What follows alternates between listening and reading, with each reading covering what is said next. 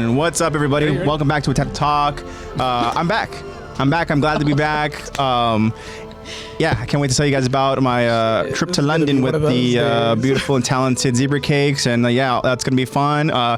We're gonna continue on with the story as well. Crying. I don't know. I'm your host AJ. Joining me, of course, is you see my pals here. You see Lexi. You see Zach. We're starting this episode with me just crying. This episode we will be continuing on with season 4. Focusing on episode 4. That is from one hand to another. This will be part 2 of our episode breakdown discussion. I want to give another shout out to Zach because Zach did a badass job as Willie Tiber 2 weeks ago. No Willie this episode, but there will be Willie next week. This episode, I'll be back. we have those kids that we've been kind of introduced to in season 4. I know Lexi loves to go ahead and oh my voice god, Dobby. the voice I'm gonna do today is gonna be so annoying. And yeah, so it's gonna be fun, guys. We have a poll question. We have a poll question to go ahead and do. Yes, we do. We're gonna go ahead and jump into this episode. Spoiler warning to any of our friends who are not caught up with the anime. We're gonna go ahead and potentially talk into spoiler talk territory. Hand my phone over to Lex so that she can go ahead and put her order in. I will put my order in after. We got content today, boys and girls. We got content. Yeah, we're here. We're back. We got Gabi screaming. Joining us live in chat is our good friend Jacob. That is High CTBH. That is our favorite Jaegerist. Yes, welcome, Jacob. Jacob has been good. Jacob did. Again. I can attest to his most recent chat. He did go on all of his Instagram accounts and vote for Flock in the poll. Oh really? Yeah. Damn. Skewing the results. Flock has like 2 extra votes. He's crypto pumping, dumping our polls. Well, shout out to Jacob for appreciate the support, voting, bro. I wanted to again because for people who aren't going to catch you when the edited version comes out, I believe. But shout out to Jacob for checking in on people. With the crazy fires going on over here. Yeah. Yeah, turn it down a little bit, please. Sorry, when I got a little too crazy with it. The AOT is so strong. Yeah. It missed us. But I just want to hear AJ's beautiful voice. And I was like, do I put on my headphones? Is it? I know. How loud are we putting it? Yeah, I'm sure it's pretty loud. But you can't really hear in the headphones, so. Yeah. It's just that I'm right next to it. It's just because we don't have the headphones on. Yeah. We gotta wait. That's like our putting on the Iron Man mask. Yeah, that's when we get in full AOT mode. We put on the AOT crown. I am Iron Man. But yeah, guys, so it's gonna be fun. It is not Attack to Talk Tuesday. It is Attack to Talk Thursday. Crazy. I will explain to you guys why we are doing the podcast a little bit later this week. Yeah. That'd be cool. And it's going to be a lot of fun. It's a yapology day today. Yeah, for sure. Take notes, kids, if you want to learn how to conversate for hours on end. And hopefully we get some more friends to join us live in chat. We'll see what Thursdays bring. I know Thursdays, we haven't really done Thursdays, I don't think in a long time, right? Yeah, it's been a while. You guys remember Attack the Talk Thursday? Definitely over like 2 years. Yeah, it's been a long time. It's been at least a year. Yeah. At least. I feel like we were maybe creeping up on the 2. This is why we don't record on Tuesdays. Me and Zach are already off the deep end.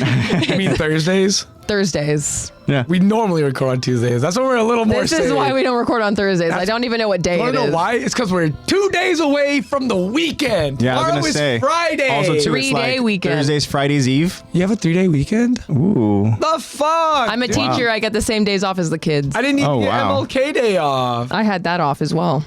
Yeah, technically I had that off as well.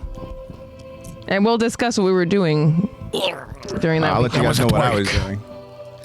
But yeah, I can't wait to go ahead and tell you guys about the trip. Perhaps I can do that. No? We've all got some stuff to talk about. Yeah. I'm so excited. We got to go ahead and update you guys. It's been 2 weeks. It's technically the second week. I don't think it's been 2 full weeks, or maybe it has been because we're on Thursday. Nonetheless, a lot to catch up on. Jacob says 2 years later, and I'm still a Jaegerist. Jaegerist at heart, I see. And 2 years later, still bitchless. Jacob is he's just loyal like that, Just loyal, Heartbreaking for me. But, all right. Oh, okay. So, with that being said, to all of my amazing fellows out there. Oh, it's starting. Let it begin. No. Yeah, we didn't have a podcast episode last week because I was over in London again, as I stated at the start of this episode with the beautiful zebra cakes, and I was in London because of zebra cakes. She was there for for work, and I was there to support, and we had incredible just experiences and stuff. And so that was Zebra Cake's 4th time in London. This is my first, and so she was kind of showing me some of the awesome sightseeing. So I'll start by this. Monday travel day, right? I'll just tell you guys what the schedule was. Yeah, give me your itinerary. The full itinerary. And all in between. Monday was a travel day, right? 10-hour flight. Wasn't too bad. Part of the itinerary for later on in the week was going to be a Harry Potter tour over at the Warner Brothers studio they got over there, where they did filming over for Harry Potter, and they have incredible on-set stuff, but more about that later. Yeah, fuck you, because I really wanted to be there. That's so unfair. When do you watch Harry Potter? Well, that's the thing. So on the flight, try to do some homework. Tuesday, Wednesday, Harry Potter. And then I was there. Try to do the homework. And guess what? Right? How many movies are there? 7. There's 7. Can you name them? No, honestly, no. Ooh, I can't name them. A little pop quiz there. Deathly Hallows Part 1. I can Deathly name Hallows a Part 2. couple of them. Okay. Deathly I don't know the order. Hallows Deathly Part Hallows. 1 and 2. Yes, I don't know guess the that order would be of them. 6 and 7. That is 6 and 7. Yeah. Chamber of Secrets. That would be number 2. That's yeah. The one about the prince. The Half-Blood Prince. Oh yeah. So that's when I was forgetting. Yeah. Half-Blood Prince. Yeah. So that is 5. I think that's about it for me, folks. So Oh really? okay. So hold First on. 2, last 2. I'm pretty sure that's what I got. So you missed number 1, which Number we 1. know here in the States and the U.S. as the Sorcerer's Stone. Oh, was actually yes. the Philosopher's Stone out over in the UK. Really? Because philosophy is banned in America. So They don't want us to be like Edward Elric. it's the That's Philosopher's Stone. And then number 2, as Zach said, was Chamber of Secrets. Yes. Number 3 is I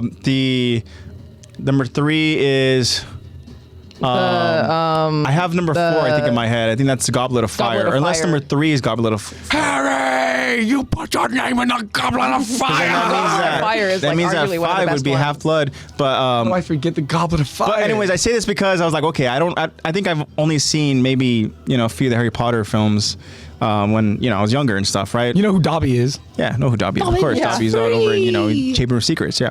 So I was like, okay, cool. Let's go ahead and let's watch the movie. 10-hour fight. Let's go. I watched the first one and I fall asleep. Wow. Of fucking course. It's okay. What time did your I think flight- I fell asleep watching the first one too. What time did your flight depart? So we had a late flight. Right, There the it flight is. itself was 8:30 p.m. We're gonna go ahead and land at around 1:30 p.m. on Tuesday over in London. 8-hour difference, time difference, and so Nice. yeah, so that was Do I want the a freeze flight. or a normal fruit punch? Freeze.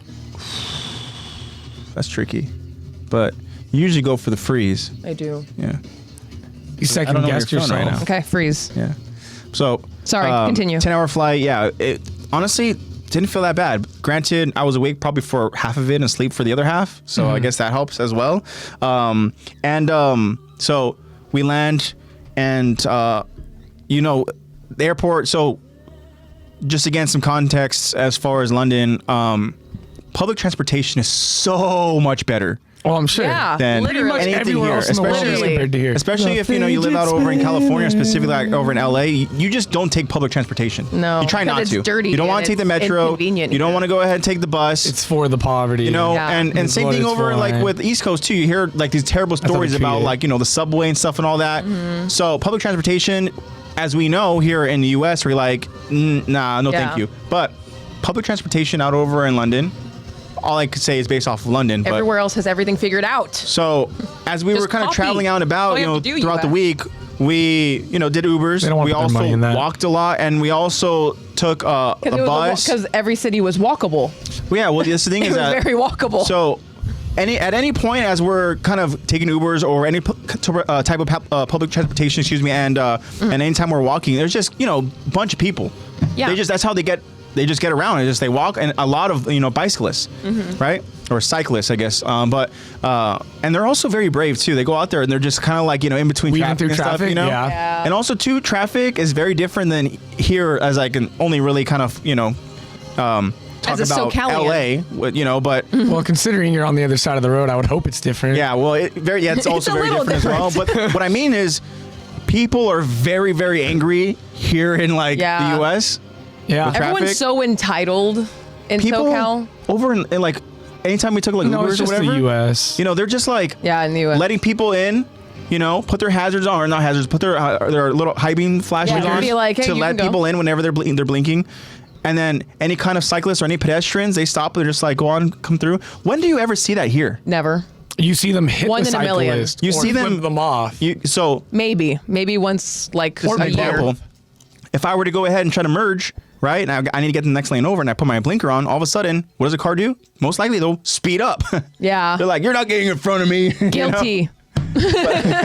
Anyway, so very different. And also, as Zach stated, so it's what's also very different is, you know, like for me, first time seeing this is, you know, the steering wheel on the passenger side as I'm used to. That's crazy. Right? And then they're driving over on the other side, the other lane, right? So it's very different, and it took a little bit. I guess it probably took maybe 2 days for me to kind of feel normal as you're in the car. When you would get an Uber, would you like walk up to the driver's side and you're like, oh, sorry. No, well, I thought this was my seat. We'd be in the back seat and stuff, you know. Here, my bad. But yeah, I mean, so that was kind of you know, that was different for sure. But public transportation again, just so much better, you know. And then they have what they call a tube, essentially, is kind of like a train or you know, kind of like a little like you know metro type thing. And that's which I've heard easy. is so much more convenient. Yeah, and also too, they have these apps, or you know, usually you use like what Google Maps or something like that, you know, to get around. But they have a city mapper.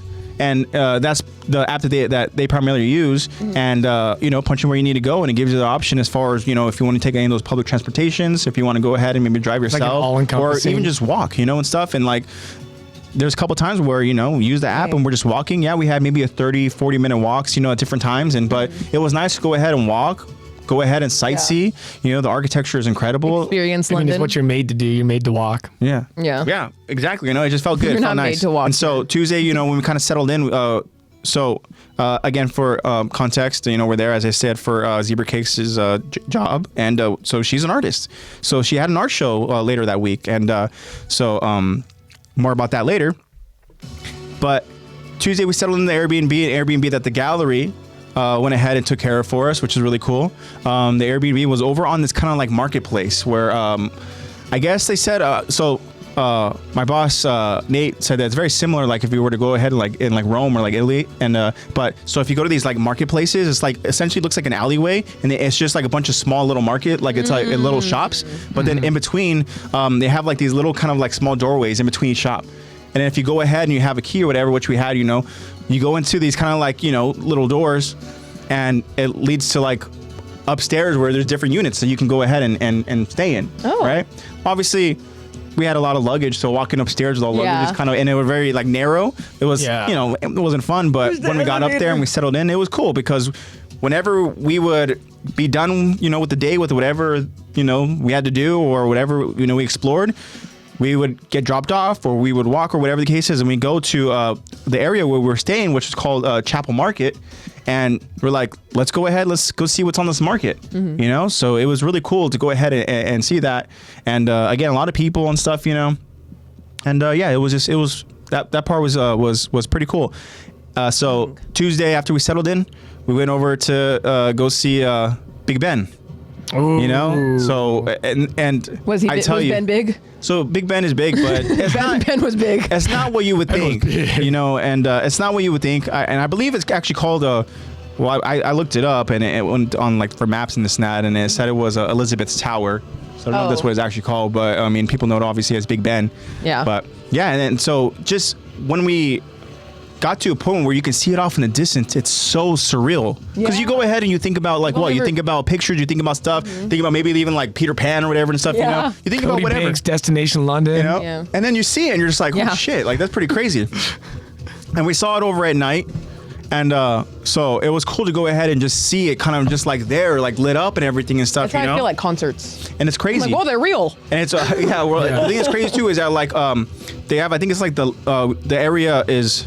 Or I don't know if it's the area, but we got dropped off over at the London Eye, and I don't know if that's the giant Ferris wheel that they have. That's kind of like over in that area as well. But there's this giant Ferris wheel that's there connected to this park, and you go ahead and you just walk through and stuff. And what's crazy is that a lot of the stuff that they have there, for example, museums or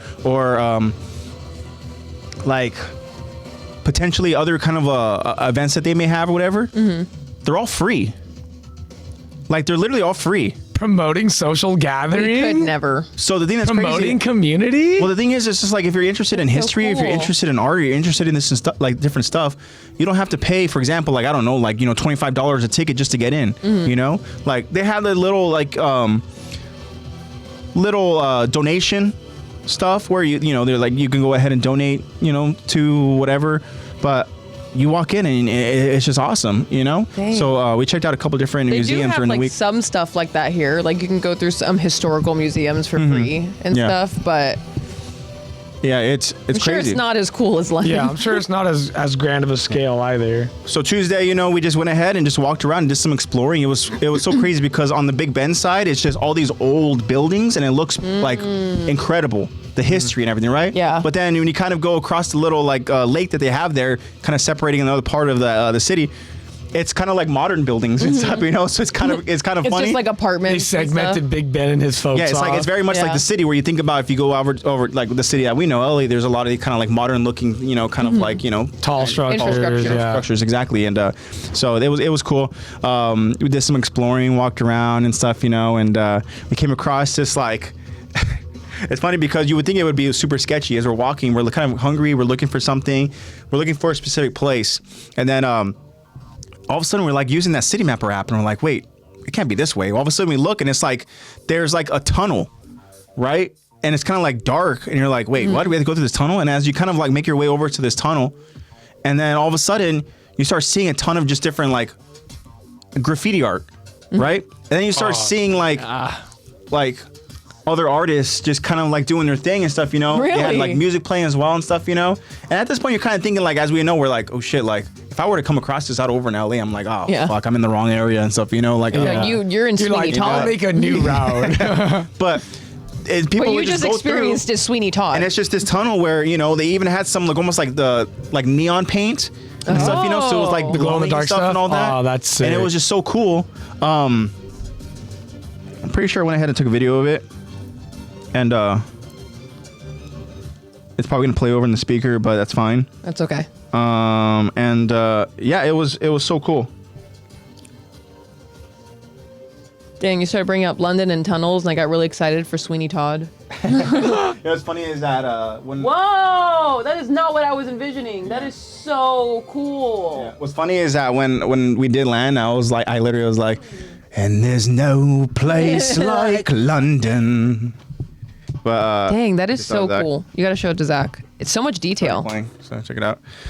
But yeah, so that was really cool. So cool. We found the place. It's actually in that area. Martian Manhunter. And then all of a sudden, we walk in and they ask, "Do you have a reservation?" And we're like, "Oh, no." And it is a pretty, it's a hot spot, and stuff. It was kind of like a social bar where you can go ahead and essentially like play board games or different, stuff like that. I love places like that. That's super cool. So, I love a good board game. Good hands. So yeah, that was cool. And then, obviously we had to go ahead and walk somewhere else. So we came across this place called Pizza Pilgrim. Ooh. And it was kind of like, again, it was a really crowded area and stuff, Okay. No. Was pies in but I did eat a meat pie though. Oh, you did? Yeah. I'll talk about that later. So that was Tuesday. Wednesday was early on in the day. What do we do? I'm trying to think. I have some of my days blended a little bit, but Wednesday was the day before her show. I know that the gallery treated us to dinner later on that day. Wednesday was early on. I think that we went to where did we go? Let me think about it. You thinking with this music playing in the background is so intense. Yeah, I'm like in the scene right now. But I'll start with Wednesday night, and the gallery treated me and Saber Cakes to a dinner over at this really kind of like fancy bar type, just restaurant, I guess, but trying, it was more kind of like French Italian cuisine, and so a lot of the stuff, the menu was kind of like, okay, what's this and this and this, tried some stuff. The food was incredible. They like their wine over there and stuff, so a lot of wine. I myself, of course, don't drink, so water for me.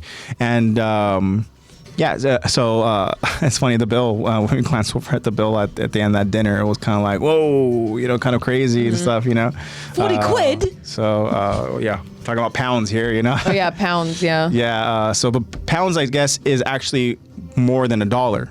Yeah. Right? So pounds is essentially for like $1, $1 a pound would be like, you know, pretty much like $1.50 almost. Oh, okay. You know? It's like $1.30 something, I think. So you're getting like 75 cents for your dollar?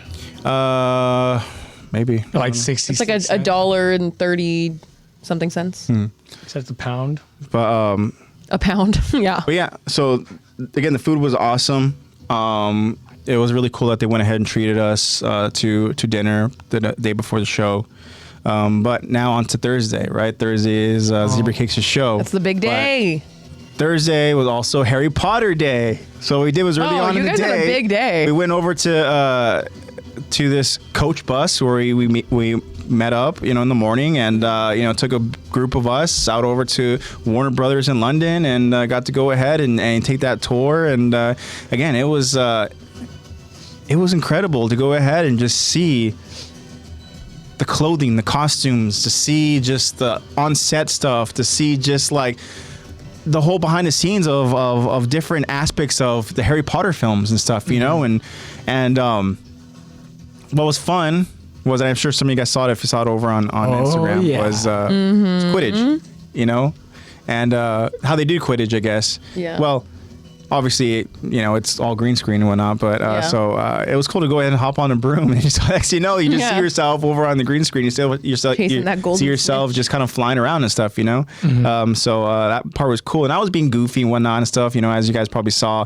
There was more to the video as well, but yeah, I was just being goofy, and I didn't know that over on the other side where the people are gathered, that they can see what, you know, what I was doing and stuff, you know? Yeah, so I have Zebra Cakes and some others that are kind of just like laughing and stuff like that. I'm like, oh shit, you know, but fuck it, whatever, let's have a good time and stuff, you know? Yeah. So it was fun. It was really, really cool, man. It was just like Harry Potter, that tour, and just being able to go ahead and visit that was incredible, and something that Zebra Cakes went ahead and scheduled, and yeah, so that was a lot of fun. It was also a great distraction for her, so that she didn't kind of have nerves and jitters going into her show and stuff, you know. But true, yeah. I would have hated to just like have the day be nothing until but it was the show. But it was cool. So like the first part of the tour, you go ahead and you go through these different like almost like actual sets. Like sets, yeah. Yeah. Oh, that's awesome. Where it's, you know, they have sometimes the audio of the scenes playing and stuff, you know, and it's crazy. They have, of course, all the different kind of like written information for you to go ahead and read about, you know, just you know, what they did or whatever and stuff, and inspiration. Yeah, it was kind of just it was really cool, and so that was kind of the first part where, you know, all these different like sets where you can go ahead and kind of just like pass through and stuff, you know, check out and stuff, you know. You can even pick up a little Harry Potter passport, and it gives you like different pages to go ahead and actually get like a passport stamp. So that you can go ahead essentially go through each of the things. So it means I love interactive stuff, and so it was cool, and again, free, you know, just free. Right? Dang, free. So you just go ahead and grab one of those passports and stuff. I don't have a reservation. I would have brought it, but yeah. So they had like, you know, just different areas of the tour that you make sure you kind of get a little passport stamp. You know, you stamp it yourself and stuff. You know, and it's like one of those kind of like engraved like old looking kind of stamps and stuff. You know, so yeah, those are cool. And that was kind of the first part. Your tax return refunds. It's like in Japan when you make a purchase, if you bring your, like, basically to a customer service center, like for a whole mall, we went to a mall where I got my green backpack. It was like $58 USD for the backpack. Oh, okay. And I went down to the tax return fund, they refunded me 17 USD. So you just have to show me your passport. I don't know if it's the same thing in London, or if you guys knew, or if anyone did that. Well, I think it would be different because in London, the dollar is worth less than in Japan. The dollar is worth more. The USD is worth more. No, well, the USD says on here it's $1 to 80 cents. Like $100 turns into $80.40 Great British pounds. So interesting. I don't know if this website's wrong, because it says you send 100, they get 80. Wait, no, math. You're right. That's how I was like, the dollar The math was wasn't more there. It didn't click in my head. No, because I was thinking about yen, and I was thinking about Because I No, you're right. Because if I said 100 USD in yen, I would be getting fucked up more than 100. You're right. Way more than that. Yes, you're right. Because the only reason why I know is because in so if it's Eastern Japan, obviously, or Eastern Asia, obviously where Luca is in the Philippines, I'm very well aware of what a Filipino peso is in comparison to USD. Mm-hmm. And it's like $1 is 58 Filipino pesos. damn. Yeah. Hot damn. Yeah. I think $1 is still 153 yen. Dang, that's still really dang. You know how much it costs for a sake You must have bottle? hated when you came back from Japan. Oh fuck yeah, dude! It cost me. It's 380 yen for a soju bottle. Dang. So it's basically like $2 and some change. Yeah, for a soju bottle. Dang. Crazy. Yeah, when Luca came back to the US, he was like, I hate it here. Why is a drink $5? Why is water hate it here. $4? Yeah, I hate it here. Why is bottled water so expensive? I know. I can't have water. Yeah, it's stupid. Damn. So, But Harry Potter continue, was I would love to hear. The next part of the tour was going through the, I guess what would be called is what, the Forbidden Forest.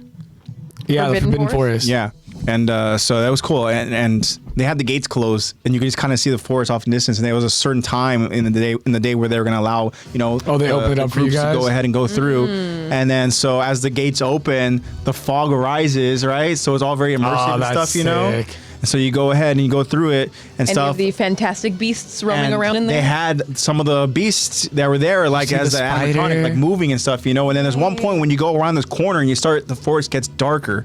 You're like, okay. Next thing you know, there's like some like lightning or whatever, and spiders drop. They go they drop, and all of a sudden there's like this kind of cave looking and the big spider just starts to peek its like head out, That's and starts cool. growling and everything and stuff. It's kind of one of those like, oh shit, like it's like these things are obviously unreal, but it's still like Yeah, but there's still a big spider. you're like, if this thing damn. had AI in it, I'd be dead. I Like know. it's crazy. So Oh my god, wait, animatronics with AI? We're dead. Oh my god. hell wait. no. That's like T800 near. shit. yeah. We're gonna have Terminators. that's like going to be invented like in 6 months. They already have them. No, they already have them. What do you mean? Tesla bots are. They already Oh have yeah, Kim bartender Kardashian's Tesla already bots. dating one That's of them. crazy. Or what? Oh yeah, pretty much. She posted a photo of her holding hands with I her feel like Tesla we've had them AI. for a lot longer, and people my have just God. disguised them as celebrities. Right. But that was really cool. Actually. Conspiracy theorist here. And so yeah, the forest was really really cool. And Big spoiler. another thing that was really cool was what's the bank called? Gringotts Oh, Bank. Gringotts. Yeah, and you walk into there, and the set and everything, you're actually walking into the bank. Oh, really? that's So you go ahead and you walk in, and it has like this kind of like pathway where to your left and the right of you are like the the goblins or whatever and Yeah, stuff. the trolls or what are they considered? They're there over. I didn't They're know. little trolls. I don't know if they're they're goblins trolls. or whatever and stuff, but I don't know their pronouns. I don't Well, the trolls are the big fucks, like the guy that. yeah, Oh, the yeah, battle member maybe in they the are first little goblins. So I goblins. think they're little goblins, Elves. but yeah, They could so, be imps. So Imps, so elves. they're there kind of at these kind of like Goblins? higher Yeah. desks, right? These higher desks and stuff, right? So you're walking to left and right, you see them kind of there, almost like the register type thing or whatever. Like like if you were Yeah, to go to one they're of the actually- podiums yeah. to get helped out, and so you On their walk through and tall-ass stuff, podiums. they see like the big old freaking vault and stuff, whatever. And as you continue on, and then it starts doing some of like the more behind the scenes stuff of how some of the stuff worked there and whatnot and stuff, because obviously as you go deeper into the bank, it has like kind of like those little railways that you could take or whatever and stuff. It kind of explains and all that.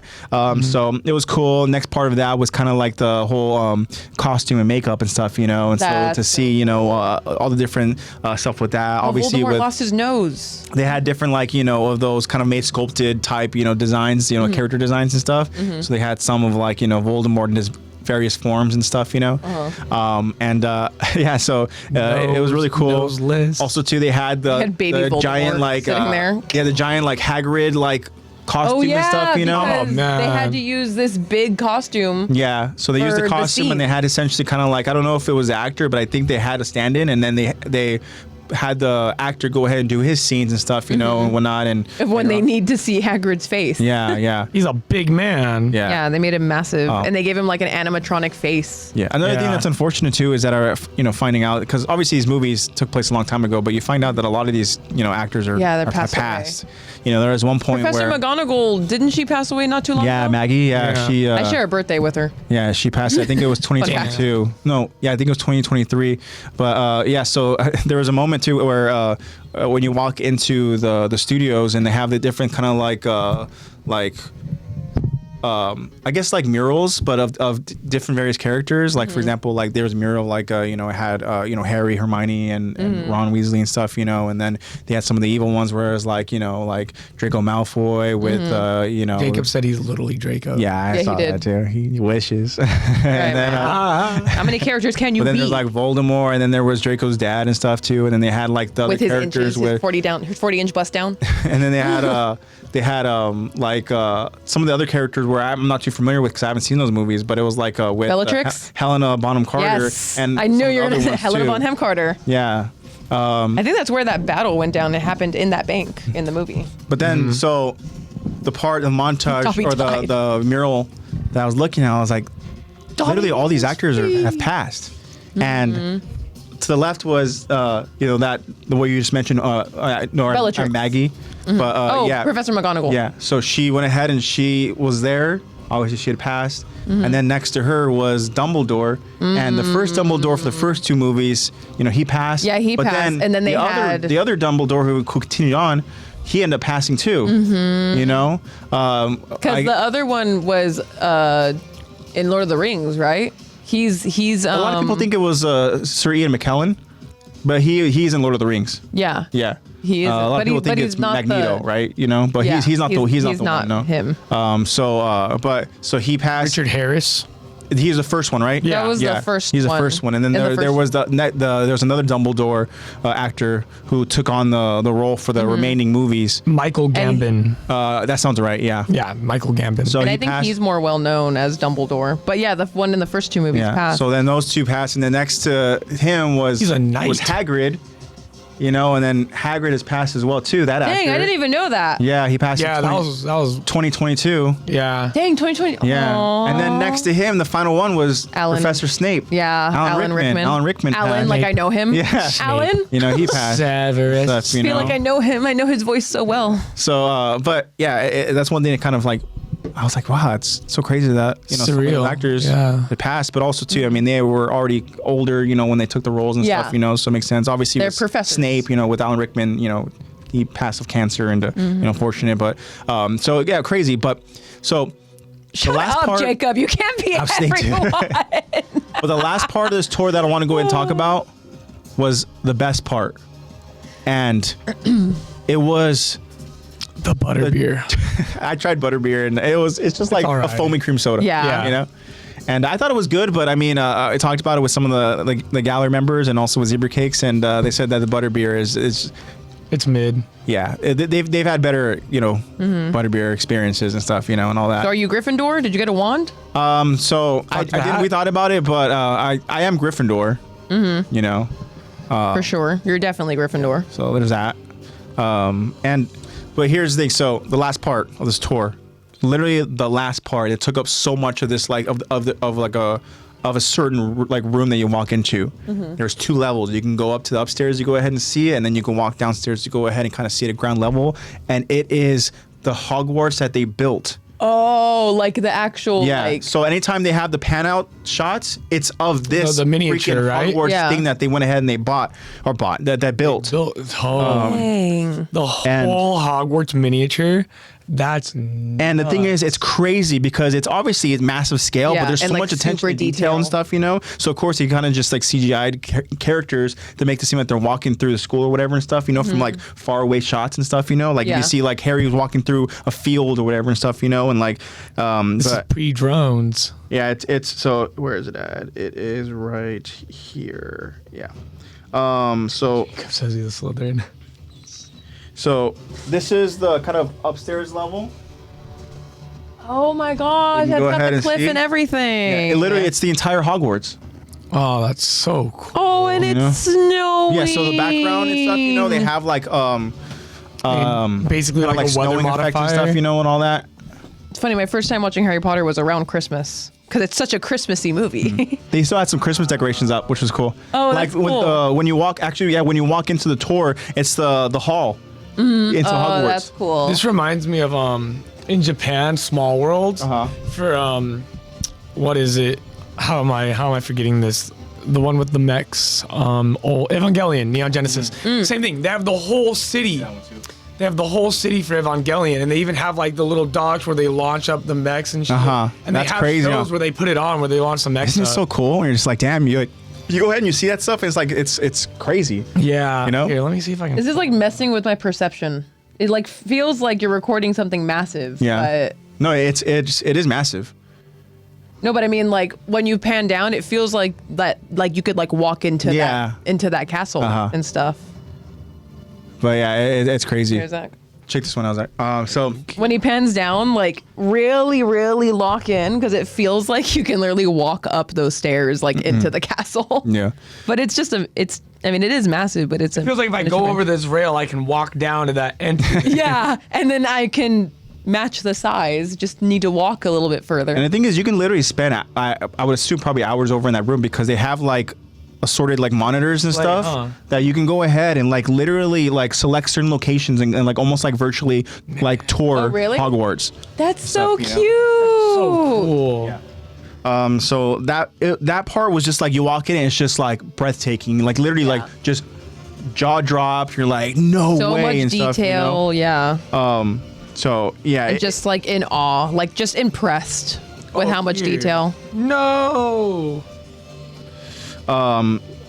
But yeah, so that was the first part of Thursday, and then like I said, that was Thursday night was her show, and so at the dinner they went ahead and they kind of like, you know, let Zebra Kicks know like, hey, so for your show, should we just chill? You know, expect maybe like 20 or so people. There was not 20 or so people. Oh, it was God. packed. Oh. There's For so a many show? people. My Yeah, God. Hell so yeah. many people that showed up and this and that and stuff, you know, and Is the show just for her painting? yeah, so it was just her. Oh, really? Yeah. Oh, It dang. was just her show. And so for somebody who obviously is not like a UK native and stuff, you know, doesn't live out over in London, you know, it's like they were kind of maybe just, you know, not getting her expectations up, whatever and stuff, you Yeah, know, they because were she's like, not really okay. well known. But, you know, there's what was to her advantage was that there were other galleries that had shows and stuff like that, you know, so people are kind of going and There's already a bunch of so foot people traffic. can wander over. yeah. And so a lot of people were wandering over this way and they were just like, you know, seeing her art and stuff, you know, Because taking her pictures. art also and stuff, has you know? incredible detail too. Yeah, I yeah. feel like her art also has. I don't know what much of the art out there probably looks like, but I feel like hers has a lot of wow factor to it. The thing about her art Very- is that very it's eye-catching. I love that her art has detail, like even in the texture. I love Yeah. that her art has text, like the painting, the oil painting has I love texture. paintings that have. You can tell. Zebra that Cakes, I hope you're there's listening to all layers. this. We're just there's- giving you a Like review. there's layers to it. Yeah. I like- love seeing that there's layers of Like oil the paint. art, one of my most satisfying things is watching artists have the paint. They paint over it and then they peel the paint off, and it gives it that depth. And it's like, yeah. she said, help me, huh? Oh, she is here. But Hey, girl. We're just gassing you up. Yeah. the thing with her art is that like it's a lot of it is stuff that she's gone on to live through, kind of like portrayed in a way where it's like very kind of like dream state and very kind of hazy, but also it's very deep and there's a lot of detail and stuff. What you guys are talking about with like the textures and stuff is insane. A lot of people were tripping out over this texture that she did over on one of the larger canvases that she worked on, and I know that she worked on these like this specific detail for countless like hours, like literally not even sleeping, and All-nighters. like Over the course days and of stuff, you days, know, and all yeah. that, and like it was just like details. She's kicking her feet and she's screaming and she's red. Yeah, it was just like this one specific detail that kind of took over like a lot of like the background of the canvas and stuff. And she had to go ahead and actually flip her canvas kind of upside down to continue work on it, put a canvas over on the ground and go ahead and work on it and stuff, you know. And it's just like like those specific details that when you look at them, they actually look like they're kind of popping out at you and stuff, you know. And it's like crazy how she's much able to go ahead and texture do she can that and stuff, convey. you know. She can visualize that. Yeah. And make it real. It's all Yeah. on her Instagram, Jacob. And so, what's funny too? It's not funny. Unfortunately, it's ironic, you know, and stuff. But it's ironically funny that a couple of her canvases show fire in the background. So it was like almost a little premonition for what's been going on over in California, over in LA. Fire is just a very passionate element. But it's just a passionate element. So you're the one who started the he fire. very quickly kind of just joked about that, but also kind of just like, but there was this one individual, as I said, there was a lot of people that were there, right? And, so she's kind of just talking to all these different people and stuff. I'm standing there just like watching her, just kind of looking over at the art and stuff. I'm also hanging with the gallery and stuff as well. And it was a 2-hour show. So the gallery also had to go ahead and, essentially kick people out because some people were kind of lingering too long and stuff, wanted to go ahead and talk to the artist and stuff, That's a really good thing. But there was one guy that was, wanted to go ahead and talk to Zebra Cakes, and he came across as pretty insensitive and stuff to certain topics, particularly the LA fires. And there's this guy, his name is Echo. Right. He seemed to portray himself as like a art advisor. Arcane, cool. We get it. You watched Arcane. But he portrays himself, I guess, as his art advisor. And I get this. So he's there in London, I guess he was in communication with another gallery, but he got stood up. He got there. Next thing you know, I wonder why. They didn't go and communicate with him anymore. But he decided, hey, I'm going to take advantage of the trip. I'm going to go to these different shows. Yeah. He said he was also going to Fashion Week over in like Paris and stuff too, whatever the case is. But so, he's there. Big boy. And he decides to, take the opportunity to talk to Zebra Cakes. And, he's trying to go ahead and start small talk. And then, he's East Coast guy from New York. But when the fires get brought up, this is what I mean by insensitive. Okay. I mean, he's like said certain things like, yeah, this generation has nothing to live for. Burn all those rich fuckers to the ground or something, And it's one of those things where it's like, okay, like, do you get all your information from like, TikTok, whatever, doesn't social equal media? rich. Like, you understand other people are affected by this as well, right? Like, I get it, from the perspective of like, like bringing the rich and powerful down, but there's also a factor of it where it's like fire over way past East LA that affected normal civilians. So like the average Joe. And even then, like that's never the answer anyways, so it's like, you never want anybody to go ahead and lose their homes, lose any of that stuff, right? So it's still devastating. And then so it's funny because even Zebra Cakes was kind of like, you're so New York, and stuff like she made a comment about that, and he was kind of like, I don't know whether that's whether to take that as a good thing or a bad thing or whatever and stuff. In this context, it's a bad thing. But he was trying to like almost joke around with her, and she kind of was just like no, like okay, dude, right? And then so but Zebra Cakes even said like he was so extra, like he was like dead ass a fraud to me, like his whole demeanor was whack. And the thing is too is that icky energy. little man syndrome, right? For we know I'm doing big things. I'm important. We know Zebra Cakes, and you need to know about it. Zebra Cakes is height Sounds stuff, like right? someone I know. Someone I used to know. So we know Zebra Cakes is I wonder if height. we're thinking about the same thing. Yeah, we are. Okay. She was the same height as Talking about Paris as him,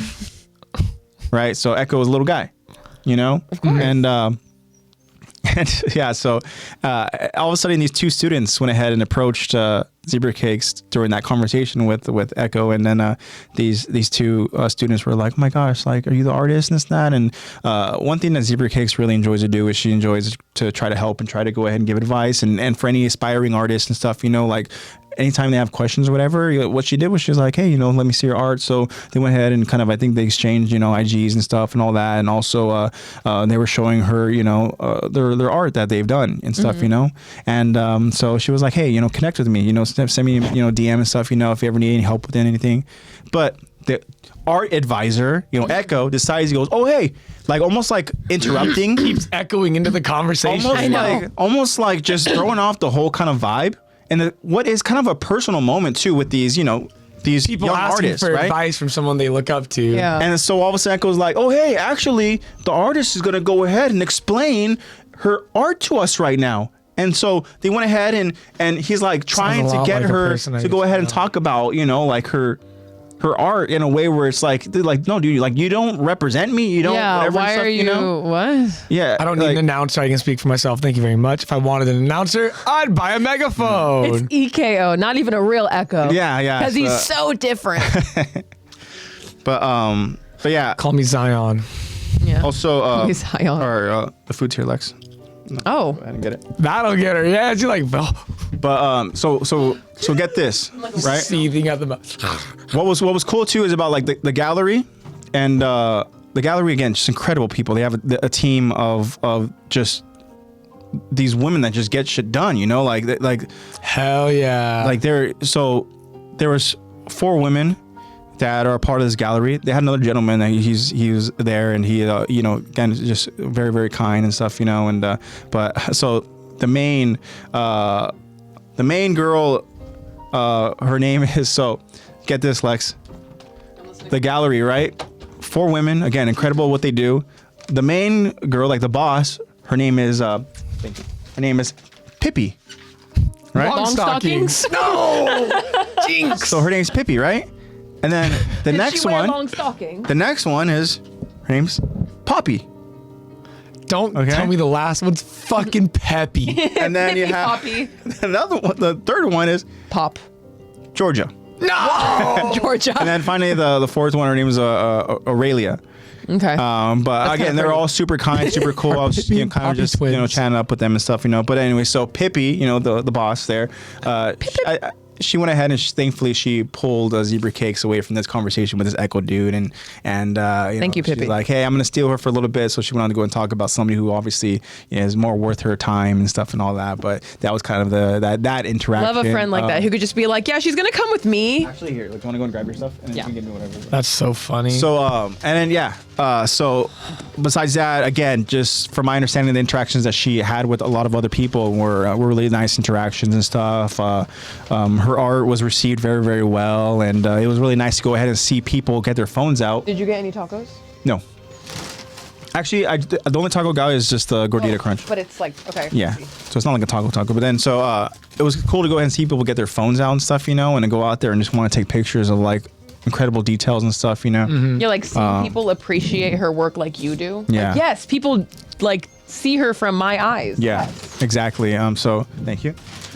The show was amazing. Afterwards, they wanted to go ahead and kind of do a little celebratory, thing out over. I like this kind of, Can I move the mixer? On just be careful because I don't know with the mics and stuff and all that. So Here, I'll help you out. yeah, just be careful. I don't want to pull AJ's cord too far. You know what we could do? Yeah, if you want to go ahead yeah. and maybe put it along there and Put stuff, it on just there. don't put it We'll put it. don't put it too far yeah. because I don't know what the cords will cables do. and stuff. Okay, hold on. Let me take things off of here first. So yeah, afterwards, just again, they like their wine, so they want to go ahead and celebrate, drink some wine, have some charcuterie and stuff and all that and whatnot. So it was cool. That's how it kind of ended that night. And then Friday went ahead to do some more exploring. Went over to Buckingham Palace, and what was funny is that as we go to Buckingham Palace, Zebra was telling me that it's usually like you can go ahead and walk around Buckingham or whatever and stuff, go to the guards and stuff. And but we see crowds of people gathering in front of the palace, and we're like, okay, this is interesting. Let's go see what's going on out over here. So yeah, they have the guards, right? Did you make fun of them? Well, the my thing honor. is, we didn't have an opportunity to interact with them because people were gathered, and what ended up happening was there was like, I guess the guards did like a march and stuff or whatever. I have that also on a. I think that's like a daily routine. Yeah, they have they do a thing when they like switch out shifts. Yeah. They make It's like an event. Yeah, they make like a whole display out of it. You're gonna trip out though because it's actually kind of funny. I thought I was gonna say like the Queen came out. Just, like even listening, just. I saw Prince Harry.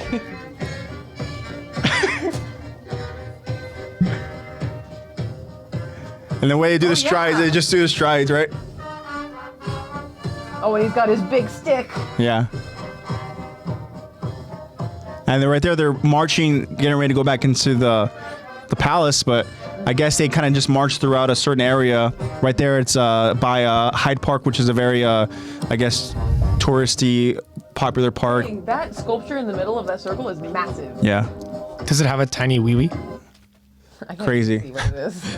Here. Thank you. Yeah, it was cool to go ahead and see. Oh, that's awesome.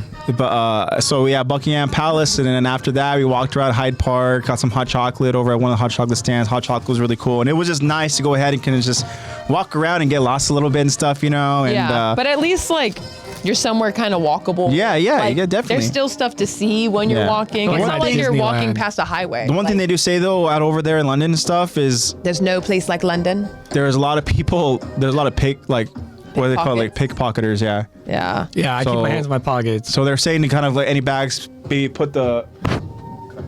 Oh. No, you soften the fall. But you soften the fall. But to go ahead and kind of put your bags in front, right? Yeah, keep them in front of you. And then keep them in eyesight. Yeah, and then don't put anything in your back pocket. Hold your phone tight, because said bicyclists that go by, they just like grab your phone real quick, or people on like scooters and stuff, or like motorcycles. I've seen videos of cyclists going by and trying to grab phone. I've seen people like put their foot in the wheel and they're like, Mm-hmm. Like if someone tried to grab my shit, leg is going out. I don't care if my ankle gets hurt or twisted. I'm getting my goddamn phone back. With me. Yeah, if I'm losing something, you're losing something. I'll take that bike. Yeah. So that was cool. Thankfully, none of that happened and stuff to any of us. And then as we walked around, and one thing that Zebra Cakes really wanted to do was like a proper afternoon tea. Ooh. So tea and crumpets. So we found a spot. I know that sometimes it can be difficult to go ahead and get reservations too and stuff. I know that tea is kind of like a big thing, obviously over there. But we found a nice spot. We made our way out over to a couple different museums and stuff. I know that we did the Natural Portraits Museum, where it had all those kind of like old looking portraits and stuff that you would see of just different kind of historical figures and whatnot and stuff, and also of just other assorted kind of like old art. And I bet you left London feeling so much smarter. Well, the thing is too is like it's so refreshing. It's refreshing, right? So that's the thing, It's nice to be able to go ahead and walk around and stuff, and not have really the cares of other than pickpocketers, whatever, and stuff. But again, we never really saw any of that happen. Never really, You guys didn't experience it firsthand. Yeah, so it was nice. It's obviously chilly, but we're all bundled up and stuff. We have our coats on and stuff. Zebra Cakes looks super cute. She had her freaking babushka, kind of like thing going on and stuff. Her scarf with her winter, coat and stuff, walking around with her gloves, and she's like, just super cute. I had on the long trench and stuff like that. Different sweaters and kind of just bundling up. It was nice, and I like layering up like that. I do too. I like layers. So afternoon tea was cool. We went ahead and we got to it's connected to this hotel, and then you go to this hotel. It's kind of like also there's some that are connected to a hotel. The one we went to is connected to a museum. Oh, right? That's awesome. So this is a different museum. They also had a lot of different portraits and stuff like that up, but it wasn't that same natural portrait museum. But we go ahead and the tea is over in this beautiful courtyard, right, where it's almost like this kind of atrium where it has like glasses and stuff, but it feels like you're outdoors and stuff, but everything's contained, so you're not like cold or anything. So we had a reservation, and Zebra Cakes actually says that Natural History Museum. I'll go ahead and I'll talk about that a little bit later. And afternoon tea, I have a picture of that one as well. It's kind of like they have like the trays and stuff, where it's like you have your kind of like your assorted flavor of cakes, and then there's like the next layer down like sandwiches and stuff. They give you like a plate of like maybe like some like scones and stuff, and then you get your choice of tea and stuff, so we did that, and kind of like this like cool little like teapots and stuff. That's awesome. You guys will see right now the what the cakes and stuff look like. Yeah, how was the food in London? I didn't like the tea. Oh, my hands. They're all what was the overall 1 to 10 scale for the food? So the thing with the food actually is that's one thing I didn't really get to go ahead and experience too much of, because we walked and we explored a lot and stuff. We went to of desserts. We went to a couple different just like little spots and stuff. But a lot of our time was either on tours or just. That's a cute little teapot. The teapot matches her sweater. Yeah, we had certain like little obligations we had to do, so we didn't really go ahead and explore. Yeah. We did walk around this area at some point. That's what we did over on Wednesday. That little egg salad. We walked around and explored. That little egg salad sandwich looks bomb. We went to 0 for 2. But That's all me. We went ahead and get a basket on the side of the desk. We went to this area, and it's like it's think about like one of those like outdoor malls and stuff, with like kind of food courts, or whatever and stuff. They call it the Covenant Garden, and we kind of explored there. We came across like this. I guess it's kind of like a pub, but also it's like a restaurant. It's called Punch and Judy. I didn't try any fish and chips. I didn't. Fair. You know, they said that fish and chips obviously really good and stuff, you know, but I didn't try any. I feel like you have to do the right parts. But yeah, I didn't really go ahead and explore too much as far as the food and stuff, you know. Over at the restaurant that the gallery took us to, I had like this kind of like pasta dish. You know, it was kind of like a little pasta dish. And it was essentially kind of like it looked like a ravioli, but it was kind of like folded noodles, and it had like it was like a buttery noodle, and it had some sort of like it had like Parmesan over it, and in the center of it was an egg yolk. So there was no sauce. The yolk. That's the sauce. Yeah, there wasn't really a sauce. It was more just like a. Was it salted? Yeah, it was good. You know, Dang. like a lot of the flavor was from the egg yolk and stuff too. Yeah. What were they called? Was it like a half? They're called silk handkerchiefs, I think, is what they're called. That sounds so that sounds so British. Yeah, silk handkerchiefs. That sounds so European. I guess the silk is the Parmesan. Yeah, I don't know. But oh, actually. But that restaurant was it was good. Like was it like a soft boiled egg yolk, or was it like no? It was just it was an egg yolk there. yolk? The moment you just pop that, you know, and then it just runs and it's right there in the center, and you kind of just grab your different Oh yeah, you grab your different. Zach is so intrigued by London food. Right? I am. I don't know if you want to look. I don't know if you want to look, but look up like silk handkerchiefs. You're right. I'm gonna do the same thing. I'm just gonna get handkerchiefs. Like silk handkerchiefs, London food or something like that. I don't know. Yeah. But they also had like a little appetizer. It was like, you know, fried artichoke, and they had like this kind of like this cool like sauce that went with it. That was really good. But yeah, I mean, the food was good there. Oh. What did you look up? Oh, there it is. I see it. You see it? Yeah. Oh, that looks pretty bomb. Like that. What's the penne pasta? The green has to be the penne. I don't know. What? Not have that seasoning on it or whatever. Maybe it was. Could have been chives. Are you talking about like the green little plant? No, not like the green. It was kind of like almost like a crumble. Yeah. I don't know. I don't know what it was, to be honest. But like I said, I just went into it like whatever. I'm gonna go ahead and try it. I believe so. Yeah. I think not as much as that because it didn't like it wasn't over. Or were they soft? It was like more of like. It was more like that, but yeah. But yeah, it was still good. It wasn't like crunchy. It was nice. But I know it's pasta, but it just looks like Kraft singles It does. thrown on it. It does. Yeah. So Which is what America would do. Hey, that's not a bad idea. I know that when we went to Punch and Judy, Zebra Cakes wanted me to go ahead. Yeah, Zebra Cakes wanted me to try this steak and ale pie or whatever and stuff. You know, I think it was what it was. That sounds so good. But it's supposed to have like, you know, this alcohol content to it. Well, I don't know if it does, but it's just cooked in it. It's kind of just like this meat pie that's cooked with like, I guess like this steak, and then I think it has I think Zebra Cakes, baby, if you want to go ahead and kind of help me out with explaining, but I think you said it also has like the mashed potatoes and stuff in it as well. I think like a shepherd's pie kind of. I think so. I think it's kind of like a pot pie type thing. I could be wrong in explaining. I didn't get it. I wasn't, because that was a day that was marinated meat pie, mashed potatoes and so it was like a shepherd's pie. Yeah. But so. Better meat. That was the day that the gallery was going to treat us to dinner. World of Warcraft vibe. Okay. So I didn't go ahead and order anything too heavy. I think I just had like a side mac and cheese, which to be honest wasn't really that good. It was too that runny. Was the craft. It was too runny, in my opinion.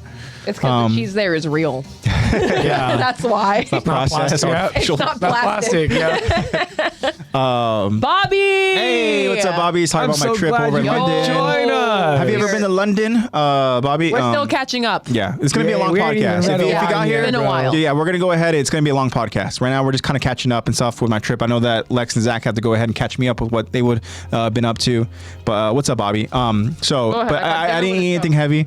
But for that restaurant, for Punch and Judy over that kind of like that pub, because of the dinner later on. So, but as far as food, I did so. On Saturday was an incredible experience. Right, afternoon tea. Just to kind of sum it up, like the tea was really, really good. You go and you put in the sugar cubes and stuff, you know, and all that. Ooh, so fancy. And then and then so. You love your creamer. Yeah, well, the thing is, it was good. I had I had jasmine tea to start, and then I also had like a red berries tea afterwards. The jasmine tea was better. The red berries was too sweet Jasmine to the tea point is where also- it was almost like it was like more on the scale of like medicine.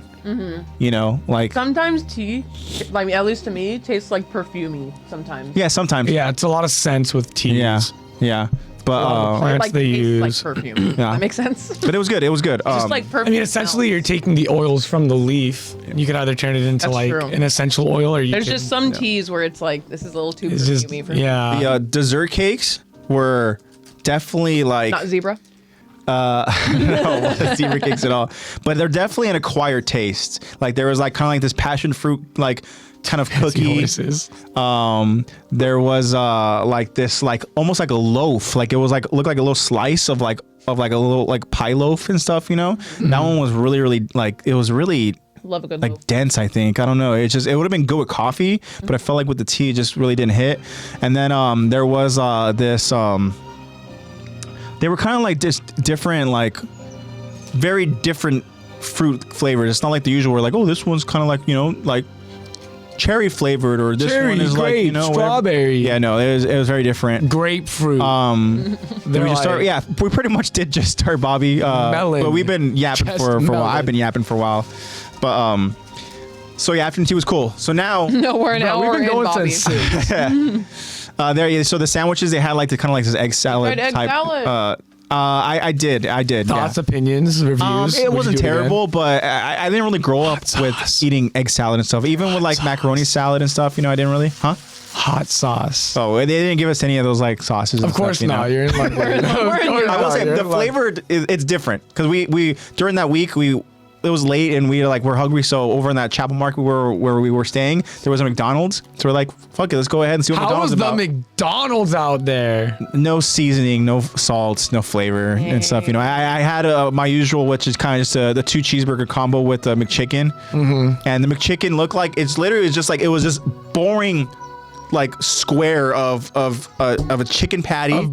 Crusted breaded chicken. Didn't have seasoning on it. Of course it had no not. flavor to it. They had items on there that isn't at every isn't. Yeah, at they US have a lot of McDonald's different. too, right? Yeah, they have a lot of different items. We didn't really go on to explore to look because the McDonald's was kind of starting to get busy. They had those kiosks you can go ahead and kind of like order at and stuff, and then you call your number and stuff. But Man, that's so heartbreaking. I feel again, the like cheeseburger, it tastes like the cheeseburger, but just not as salted, and the fries again not as salted and stuff. So that's kind of what. In Japan, it was like there was still like seasonings. There was like salt, pepper shit. Yeah. In See, like Asia, even like Zebra Japan, says, like so the McDonald's McChicken literally was just like it looked like a yellow square of chicken. Like some shit you'd see in high school. Yeah, and then it didn't have any of the Cafeteria seasoning chicken. peppers Yeah. on it and stuff. Like in the flavor. Wow, the Yeah. little black flakes. Yeah. No, at least the ones in Japan, it was like the flavor was not as intense as here, for sure. Like the flavor will always be better here because Yeah. we put terrible shit in our Yeah, food. Yeah. That's one thing But- Zebra Cakes was saying, that a lot of the stuff that maybe we're used to are actually banned in other places. Yeah, they are. Oh, they are. Like we just got rid of red. Like, I'm not we got supposed rid to of be Red drinking 13 something or that's whatever it this was. color. Like we But damn, shouldn't. We should not be eating and If it drinking makes stuff your that is poop this blue, color. don't eat it. But Paige over there with his Baja Blast. And the drinks too are like Looking they, like a they, chug they jug. don't They're have as so much sugar. They don't have as much sugar out over there and stuff. A lot of times I was drinking it was like almost like a sugar free or like a zero or like a diet type. yeah. But and yeah, like no, at Red least 40 is banned in a lot It of. looked like Mr. Yeah. Krabs without a shell. when how was it like? Did it feel like healthier when you were eating it? Because I know like when I took a bite guess, out of, yeah, like, I guess McDonald's so. in Japan, I was like, wow, I can already tell I'm gonna digest this. I can 10 tell you times this. Yeah, I'm actually when we gonna got back digest over to our place because we grabbed it and went back to our Airbnb. We found the salt real quick. Oh, I'm fucking sure, yeah. man. Yeah. Oh yeah. But definitely Everyone did talks feel, shit on white people. It's salt. That's all we had. That's all we had in Europe. Salt is good. Salt is really good. But yeah, so now part of the trip that was absolutely beautiful is we got to go ahead and take this this tour where it was going to be an all-day 3-location tour. First location was over at Windsor Castle, where if anybody doesn't know Windsor Castle, you guys could go and look it up. But sometimes the royal family stays there, and it is an actual castle, right? Yeah. And then over on like.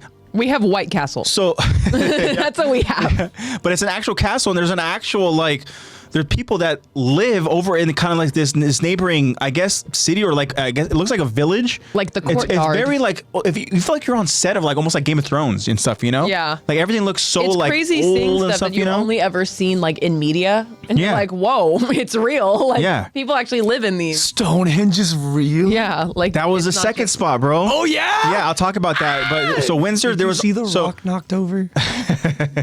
yeah, the rocks were really, really magical for sure. It was very, very spiritual. That was my favorite part about that 3 location tour and stuff. There was something about just like the peacefulness of it, and just kind of like walking and you see them off in the distance. But also there's to the left, there's like a field of sheep and stuff that are gathered there. There's these. Said I want that. Surrounding the Stonehenge is there's like an electric fence that's actually preventing people from going Yeah, you can to thank the like, protesters for that. there's burial mounds of like old people, like way back when, who knows what year, but they were like buried there, and all you see are these Damn. little hills, and then so it's one Like of those these little things where- mounds. Yeah. Yeah. Shit. And they don't have markers or any of that stuff, you know. But I mean, they're just They're just there, there, yeah. They're you know. little hill mountains. But Something's under it. beautiful. Stonehenge is not just a Windows XP background, guys. It's real. I saw Yeah, it. yeah. It's. I just can't describe how Yeah. beautiful it is, and yeah, it's like you feel the really hard to brisk, fathom. just chill air, but then you're just like I don't know. It's just.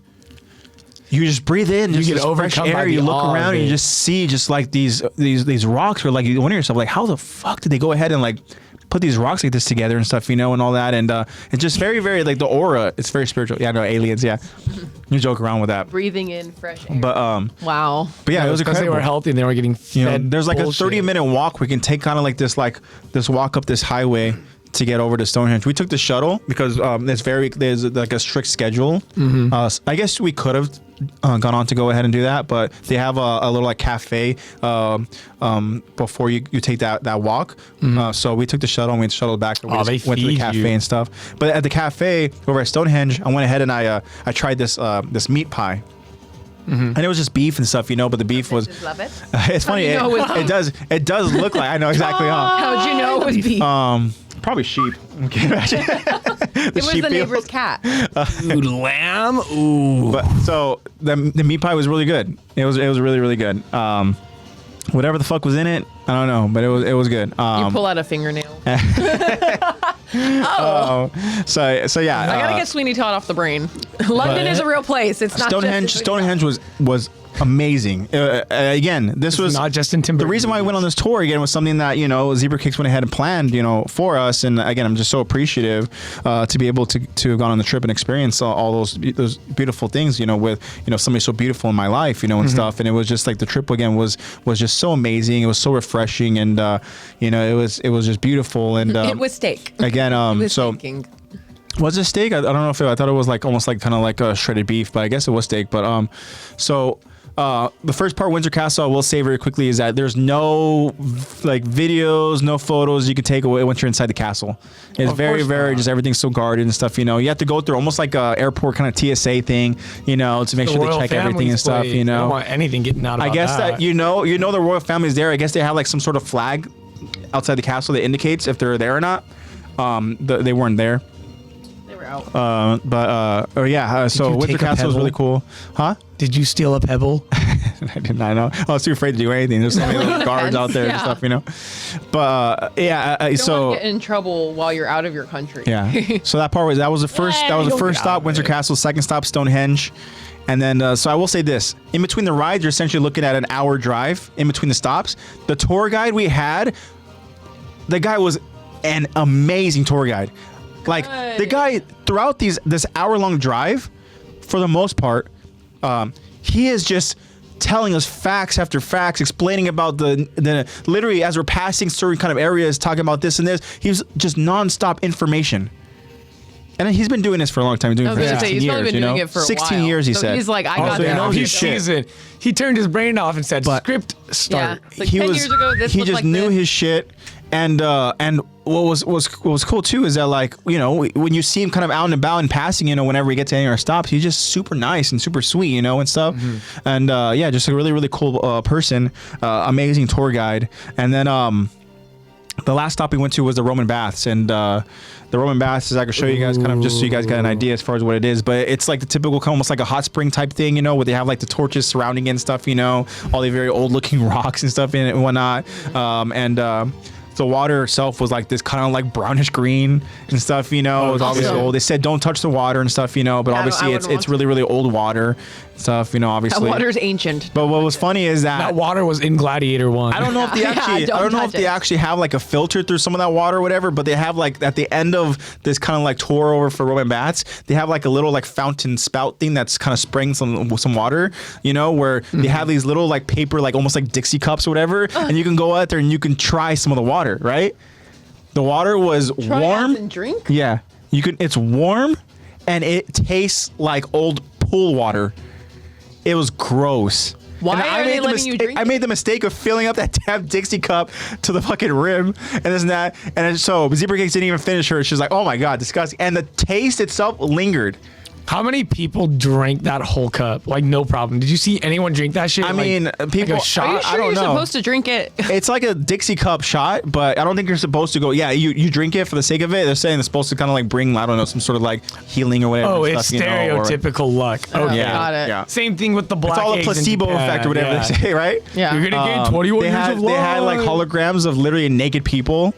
Yeah. Yeah, so like you go ahead and when you get What was to in Cyberpunk? when you get to the actual baths, you actually go through almost like these caves, right, and stuff, you know. And then I say that because it's very, very modern and stuff, you know. Like they have like railing and stuff like that, but It doesn't feel the like a actual catacomb. caves and stuff like that are like all been preserved and stuff, you know. So like they have like these like railways and stuff, you know, that that people walk through. But yeah, they have like these like almost like a projector, you know, to go ahead and kind of simulate what it looked like over in old times where they have like these empty pits In like a where it Roman almost be like bathhouse? this is where men's would go, where the men would gather to go ahead, this is where the women would gather, and you know they're showing like naked people. How many kids are So they basically Well, the just thing is that there's kids, you know, yeah, it's they're out like, there. here's No? a bathhouse. This is what happened here. Yeah, there's like, you know, like women like bare butts and stuff, you know, and all that, and you got, you know, guys with like, you know, very, very, you know, like short and revealing towels and stuff, you know. They didn't show anything for the men, but you can go ahead and naked and stuff, you know. That makes sense. Yeah, which was, you know, but it Which was is probably the inverse. It was probably the women covered up and the men who were just Yeah. walking around. like there was moving around. like a woman where, you know, maybe like there's like 3 women that are inside of the spring or whatever and stuff, you know, and then there's one and it shows like this projector like hologram thing, whatever, and she gets out of the spring, and of course she gets out and you can see her back, of course. Yeah. Oh, and it's so you just see full butt? and it's just like, oh my Cheeks. gosh. cheekage. And they know? probably had to be historically accurate, so you know they had pubes. Yeah, well, yeah, probably, yeah. All the men Come stood off around with their staring. knives Yeah, and their yep. You go swords. out there and you walk Yeah. into this, and you see like all these men gathered there, and you're like, what is The sweet like, called for a shave. you're like what are all these guys looking at? And then, yeah, they're looking at, you know, butts. and Yeah. stuff, you know. They're over there singing "Pretty Women" I in the know. garden in the hot spring Yeah. with no So- towel. Yeah, and that was Saturday. Sunday was a travel day for us, or at least it was supposed to be. Okay, Body was round, though. okay, zebra cakes. Not inverted, so I didn't mind. But Body was T. yeah. Body was body. Another thing that we did too during that week was the I don't know if Zach, you want to scroll up over to Zebra Cakes' National History Museum that they got there, and it is Natural massive. History It is Museum. free, and you get to see a lot of kind of preserved. It shouldn't be too far up. It's a long post. It look. Something about it So- starts off with natural history. Yeah, keep going up, scrolling up, and you'll see if there's like a comment there with a lot of Here we words. go. Yeah. Natural History Museum. My bad. Natural History Museum was the coolest place to me. Like there are underground prehistoric alligator monsters, and we Yeah. have the bones locked up for the public, Literally, like, so everyone dinosaur to see shit. in London.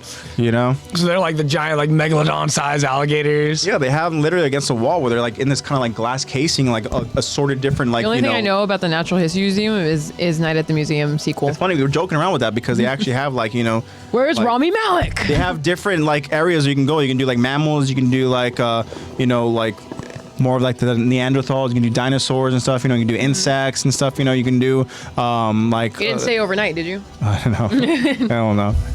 Where's Robin But yeah, Williams? that was incredible.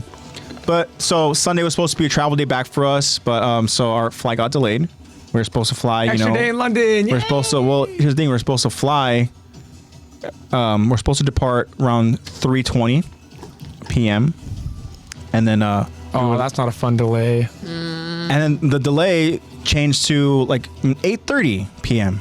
right? So like, okay, so we had to go ahead and check out of our Airbnb. Let's 5 hours before waiting. 11. We got They have over storage to in the airport for your luggage. so we checked bags and stuff. We just had backpacks with us and stuff. The airport went ahead and got us. They gave us vouchers because we got there really early and stuff. So they gave us like essentially like it was like a 20. I guess so. It was like 20 pounds.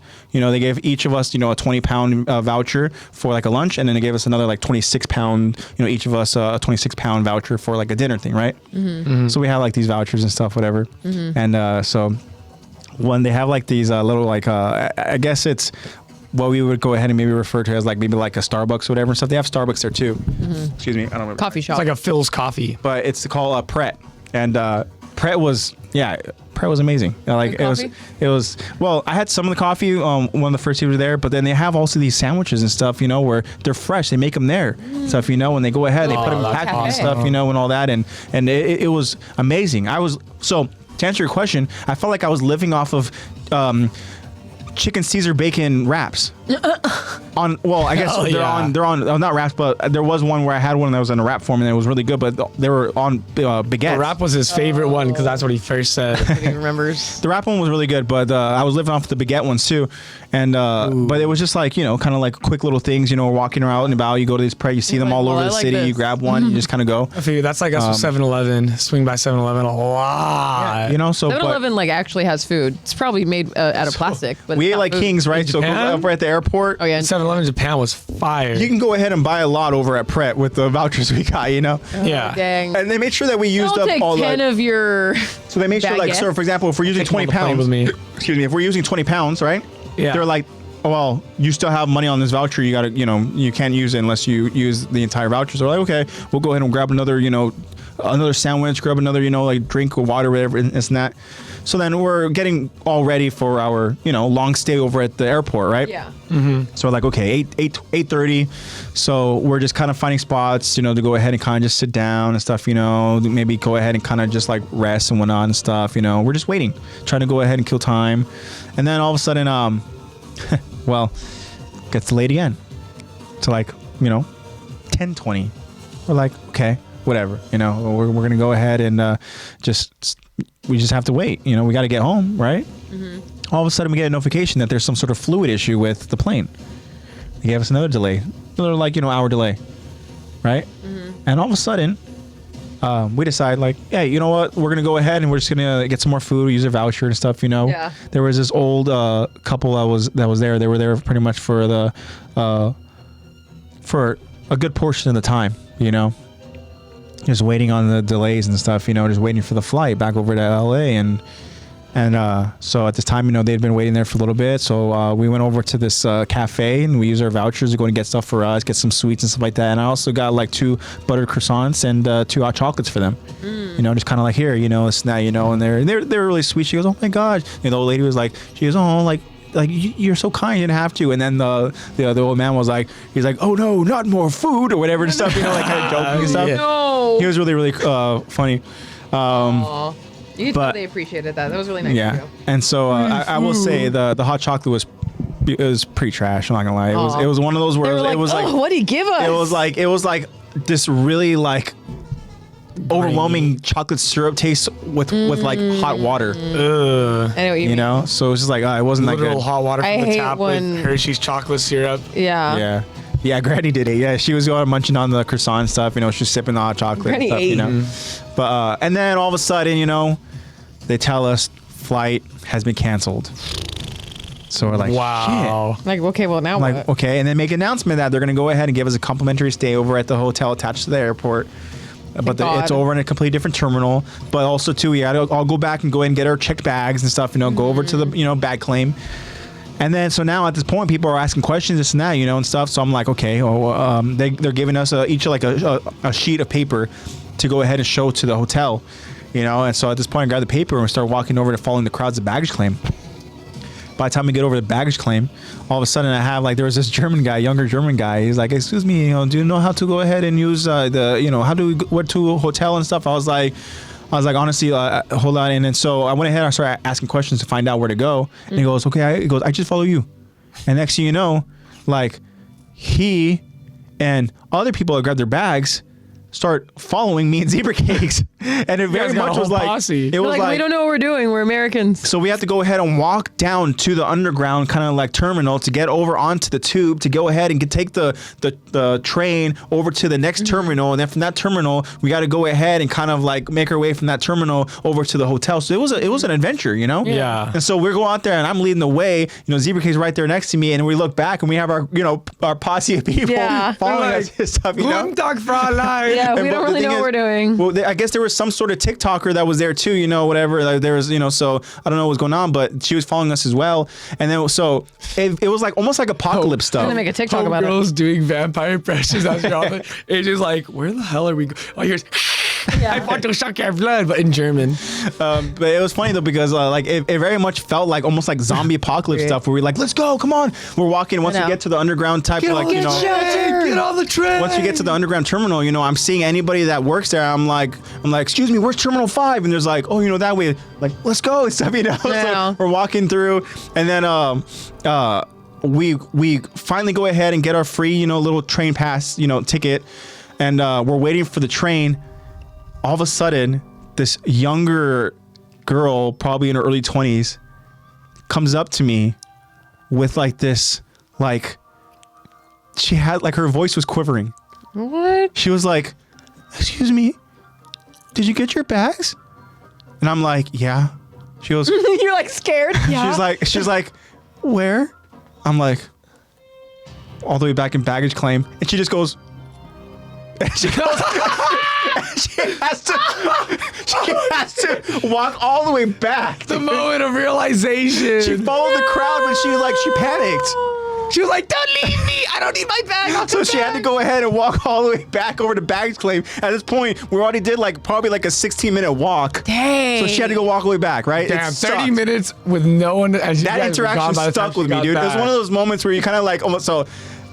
She skipped steps 3 and 4. I'll talk about one moment that felt like, you know, but there's another moment that kind of happened like that. But so we take the train, you know, we got everybody on board. I would have cried for her. We go ahead and we get over to the hotel. We make it to the hotel. Now we're over at the reception desk. There's a line of people, right? They gave us the hotel, you know, one of the receptionists gives each person a form to fill out some very quick information to make the process go quicker, right? And so the German guy who was there walking with us, right? He goes out there and he's like, asking questions about the flight for the going to be rescheduled flight, right? I was like, oh, well, you got to go ahead and download the app, and then they're going to go ahead and update us through that app. So he downloads the app, right? All of a sudden, once he downloads the app, he goes out there and he goes, excuse me, so I'm confused. Can you help me? And then so Zebra Cake goes on to go ahead and see the different stuff over on the app, and he had there was because he's from Germany, there was a train ride. There was multiple train rides. There was like this whole other ticket thing. There was like, you know, the flight that got canceled, and there was all these different things that he had to kind of get. Yeah, I for guess him to get back home. he had to deal with. And then it was one of those moments where Zebra Cake's kind of like, oh, yeah, you're going to have to call. And I'm like, yeah, you got to call customer service. But when I tell you this, because it felt like zombie apocalypse, it's one of those moments where all of a sudden you're like with your group, you got your people, you think you're safe, and you look over at his wrist and he has a bite, and you're just like, You're like, oh. Little Johnny didn't sorry. make it. And it's one of those things where like, you're on your own now, dude. Yeah, You know? dude. Cut his arm off. Cut his arm off. We have to go on without you. It was one of those things You where gotta go me and- back. One of those moments where me and Zebra Kids were both like, sorry, dude, we can't help you anymore. Stupid Americans. Done all we could. We can't do all that anymore. But then I'm sorry. Flight got rebooked the following day. Poor guy. Got over to the airport. Was God, he airports also, are did so he also stressful. make it to the airport? We didn't see him over on a. We were kind of curious. We're gonna see who was gonna make it over to the flight. There were some people that were panicking. They were trying to go ahead and immediately book a flight. I guess there was another flight early on in the day, so they booked the same time for us with the original slate at 3:20 p.m. for the following day, right? So we got there, blah blah blah. We got there around noon or whatever and stuff. We stuck around and we just hung out until our flight. Our flight was on time and everything, but I guess there was a second flight over at 11 a.m. But that one had two like layover spots, you know, but whereas this one was a straight shot. But so we're thinking maybe some of the people went ahead and took the earlier flight. Like, so we're kind of curious when we got early over to our some people were our like, gate, I have to get home now. Yeah. Like, I got stuff to do tomorrow. When we got over Monday tomorrow. I know. I left his gotta ass get home. at Negan's feet. Yeah, literally. Oh my God. That's so funny.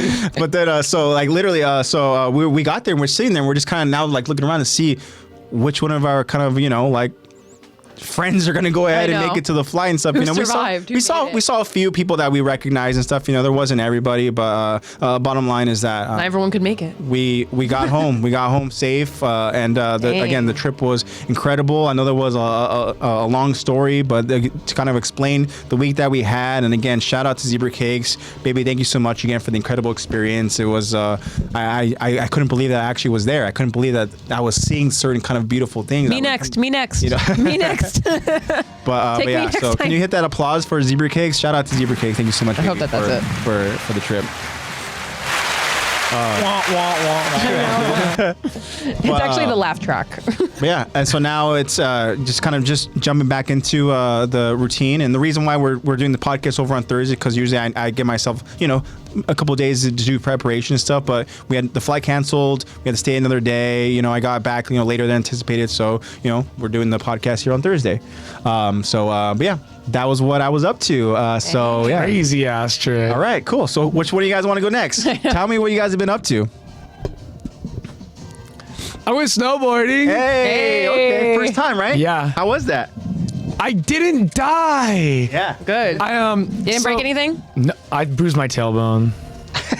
But you didn't break anything. On the last fucking run, I bruised No my more screws? tailbone. No extra screws. Yeah. No, it was cool. I went after work with a buddy on Thursday. I took Friday off. We went up there. We stayed at this place in Big Bear. It was like a 2-minute drive from downtown where they have like all the little shopping centers and the bars and shit. But we didn't even go there except for like an hour. We only went to downtown for like an hour. We bought some honey. We did a honey test tasting thing in the honey shop up there. Killer fucking honey. They have like avocado honey, orange honey, hibiscus honey, and another one.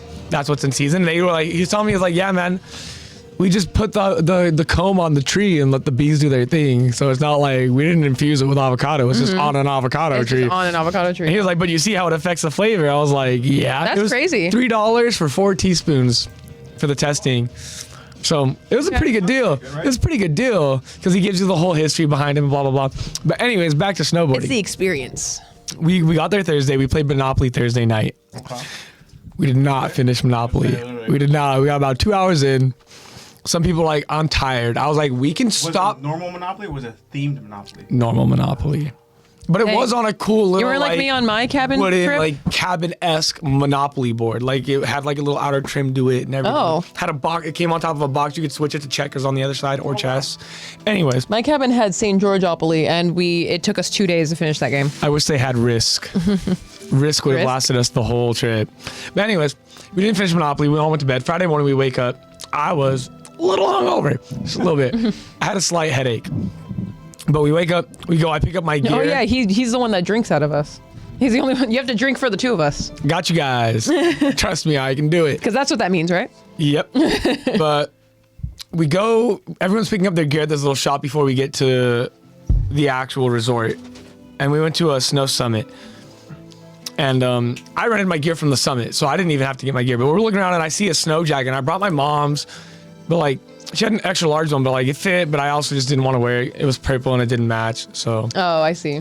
I was just being stingy. Plus, I wanted a bigger jacket for myself, so I bought a jacket. I saw there was a large and a medium. There were only 2 of them. So I grabbed the large. I put it on the counter. Goes ring me up. There's no barcode. So my homie Fidel grabs the medium one. He scans the medium one. It's $140. Put it on. Everyone's grabbing the shit still. I go put my hands in my pockets. I pull out the tag that was in the pocket that we didn't know was in there. It was $200. And I show Fidel, I go, thank you. And he goes, fuck yeah. Oh, dang. Discounts. But then we went snowboarding. I went down the bunny slopes twice. We went down the first one. I ate shit getting off the ramp. I swore to myself like Zorro I will never fall off the lift again. Like, I did not want to do that. I felt so embarrassed. I almost got hit in the back of the head by the lift. Oh my God. They were like, duck, and I was like, but we go, and we're going. You fell getting off the lift? A lot of people do. Well, I know. Oh, well, yeah, I would too. But I'm just saying. It was my first time. Okay, I ain't never been. Not like off the lift going down. I'm talking about like when they drop you off. Yeah, like getting off. Like, when you talk about Yeah. hit your head, you almost hit your head over in the lift. It made me think about like those synchronized divers or even just those divers where they can get ready to go ahead and dive into a pool. They do their flips and they hit their head on the freaking Diving board? Diving board. Oh, yeah. No, like I had my helmet on and shit, but she was like, duck, and I went.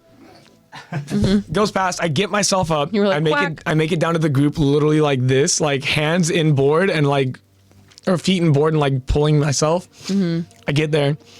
We go down. I ate shit like 5-6 times.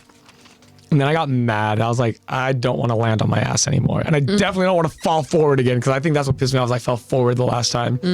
So I literally, my homie Fidel said, grab your board with your hand and pull yourself up.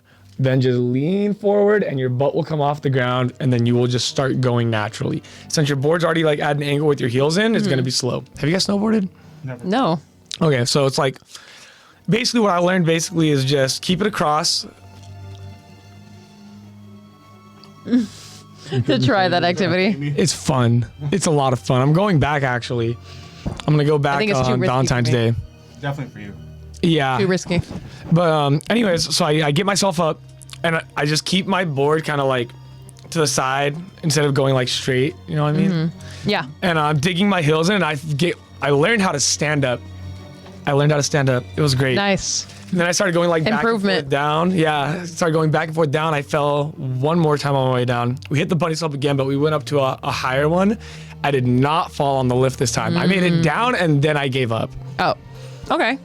But then I sit down, I put my other shoe in, and I actually took it down. I did pretty good. And I looked at my buddy and I was like, I'm ready for Big Hill. And he was like, because he wanted me to go on there first. And I was like, you were like, give me a I was little. like, fuck you, it's my first day. But then we go down to the big one. We take the second highest peak.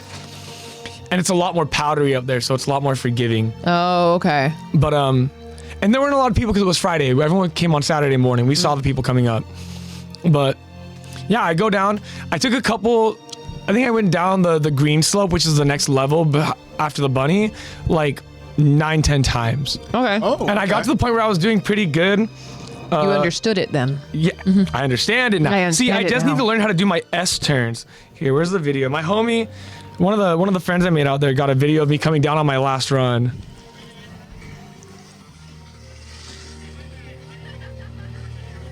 Okay. Right there, I would have eaten If shit. you listen closely, you hear me go, I think I hurt my tailbone.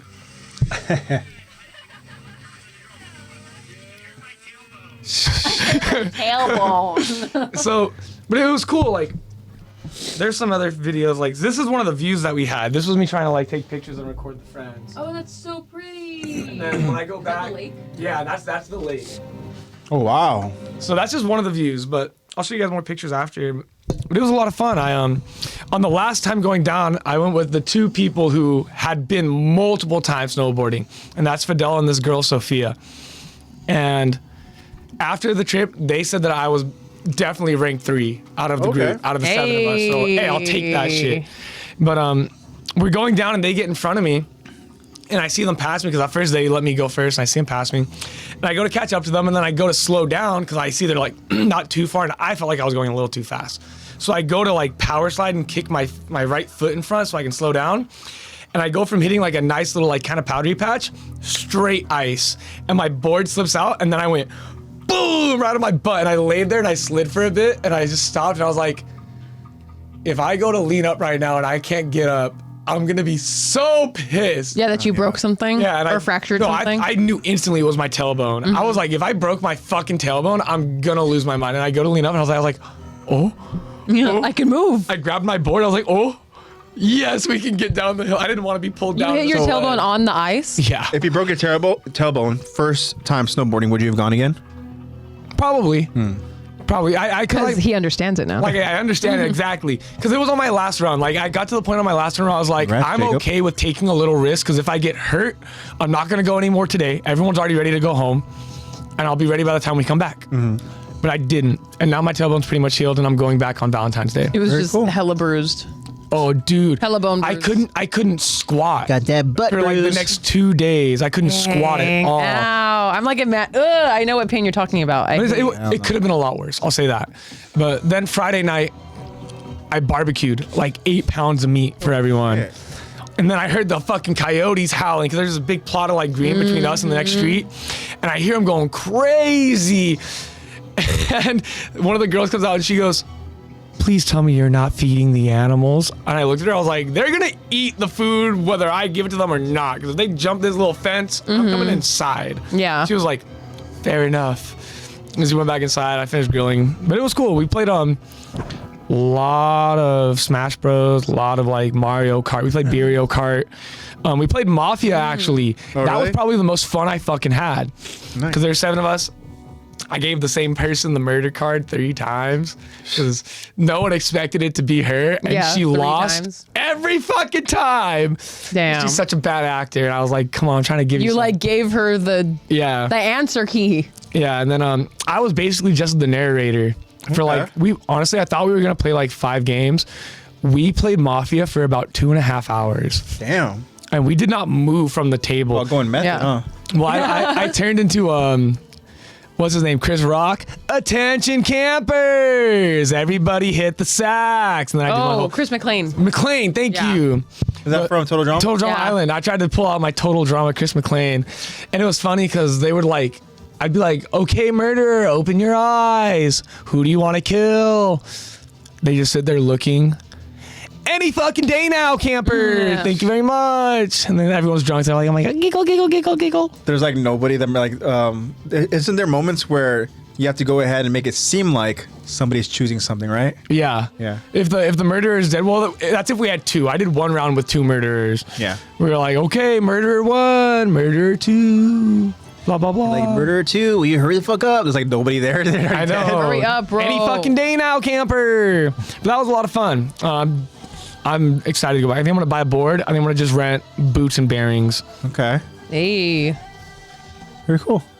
But overall, great success. Yeah. Besides that, it's just been work. My buddy he turned 26, so we went day drinking in Downey. Damn. Started at 11 a.m. Huh? Yeah. We got brunch over at the Chicken Coop in Downey. Bottomless mimosas. What time did you go home? So Fidel drove me. I got back home at like 5:30. Oh. We took an hour and a half break. Enrique did not because his family was at his place. Then we went back to Enrique's place and drank more. And then there was a piñata that the rope kept breaking for because it was a very tiny rope. But I saw a possum. Oh. And he posed for me in the tree. I love a good possum. People always judge me for having them as my lock screen.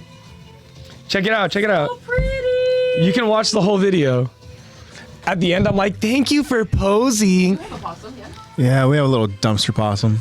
But no, it was cool. Like I've had a good couple weeks. I've just been. Whose bright ass light is that on the possum? Oh, that's the flashlight. Enrique's flashlight. I had it on the possum so I could see it. Because he was originally he was on the branch that we were gonna put the rope for the piñata on. So I shined the light and I literally just went. And he just looked at me, looked up the tree, looked at me. I went. And then he looked back up the tree. He just started climbing. He just got out of the way.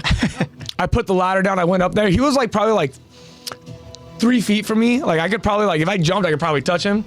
And I just put the rope up, looked at him, and he was just watching me. And then that video was after he walked over and he was just chilling. Pretty chill. He was vibing. He was vibing. I think he's used to Enrique's dog Apollo because Apollo's like a fucking menace and will bark Jump! at it. We did make Imagine him do a recording flip also the joke. possum goes right into the camera. So sweet. Yeah. Hell yeah. Jacob just got Burger King. Yeah, he did. What'd you get? What's your order? You should get the app. You What's get a bunch your of order? discounts. Solo You add 'em. Leveling What's season your 2 order? came out. You add them. Haven't seen dumpster You possum add in a 'em. while. Hope he's okay. PEMDAS, that's your order. What's your order? PEMDAS. PEMDAS. waiting to see what your order is, Jacob. What's your order, Jacob? Your time. You should get Kidding. the app too because Let us it know gets you when you can. discounts. I only have the He's McDonald's like, app. And that's for code breakfast. Burger King. I know. All right. I'm trying to think. There's not much else. I mean, Solo Leveling came out. Any good? Fuck yeah. Fuck yeah. I read the manhwa, and bro. Whopper large fries and Coke. Oh. Hell yeah. I like the chicken like- fries. Yeah. Same. The You gotta spicy chicken You gotta fries. get the app because with the app you get $6.99 chicken fries and large fry. Wow. That's pretty nice. See, I just get I a use bunch it of all free the time. hash browns at McDonald's on my way to work. Us Yeah. Americans love our fast food. Don't I'm we? trying to think. That's Just ate about Taco it. Bell. Yep. Not much new going on besides that. See, the hair is looking not as dark. It's still dark. I got 3 more washes in, so it's Yeah. getting lighter. Still looks good though. Before it starts to look more, it's looking better. Me and Wally were thinking about we could put a mask on it too if we need to, Oh yeah. because we have I excess. cooked up leftovers for dinner. I'm like the miserable American I am. Oh, heat it up. I paid $30 through DoorDash. Yeah, that's the crazy part about it. These stories are wild but fun. Yeah, that's what we do, man. Yeah. You know? Yeah. Wait till we get to Wait till we get to Lexi's episode. stories. I'm kidding. Oh, even- my story's not crazy at all. My I story's don't think there's very- anything else crazy. We haven't even done the poll yet, by the way. Yeah. I think that's it. For me. You're up, Burger King champ. is wild. Yeah, that's crazy. You're up, concussion champion. You know what's crazy is that You talking go, about food real superstar. quick. That segue to Lex, but to go on and talk about the prices and how absurd food is. Like today for lunch, somebody I work with, you guys know Mark. He went ahead and he didn't have lunch, so he just wanted to go ahead and order a little something, right? He's like, oh, you know what? You're gonna go ahead and order Arby's, and he went ahead and Arby's has some good appetizers. They have good mozzarella sticks. do. They have good, even their curly fries are good and stuff. Yeah, Sandwiches they are are. pretty good. But then he Why wanted to go people ahead always and dog get on Arby's? he I wanted to think get it's good. jalapeno, They got the meat, bro. those They got jalapeno the poppers, meat. right? Luffy's So- favorite fast food restaurant. His total thing for just like a sandwich, right? And for jalapeno poppers, right? $33 for those 2 items. Delivery Equally fee. away.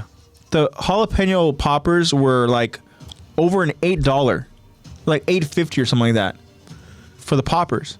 I'm like, how does that make sense to me? What? What's going on in like with?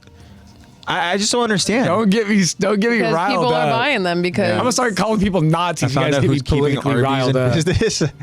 Yeah. Fuck Arby's- Tesla. Yeah, it's Stand crazy. by that. But anyway, so yeah, it made me think about just kind of like fast food and just the absurd prices, and then we talk about like DoorDash and stuff, because that's where a lot of the, the cost came from, for the $33 was through, Yes, this it's DoorDash. it's our Anyways, family. So Lexi, what did you go ahead and How have your last What'd you 2 do? weeks been? Marvel Rivals. I got an Marvel MRI. Rivals, Marvel Rivals. okay, you got an MRI? MRI for? my brain. Oh, I they got an checked MRI on for your my brain. concussed- Yeah, to check on it. I drove to Arizona. you drove? Sick Yeah. drive. You or mom? Both? I drove to Arizona. Wow. Yeah, to visit my grandparents because I missed them. Haven't Yeah. seen them in a minute. That's so cool. And yeah, just figured 3-day weekend. Let's just go drive to How's Arizona. Grandma and Grandpa doing? And good. Doing good? We definitely surprised Grandpa How's because the we didn't tell them we cactus? were coming. Oh, okay. So Yeah. Is that cactus okay? that cactus is good. It's got 2 coming out of it now. Technically, we broke 1 and turned it into. Well, 4. technically, yeah. Technically, we broke 1 and turned it into 4. Hell Kind of crazy how it works, but whatever.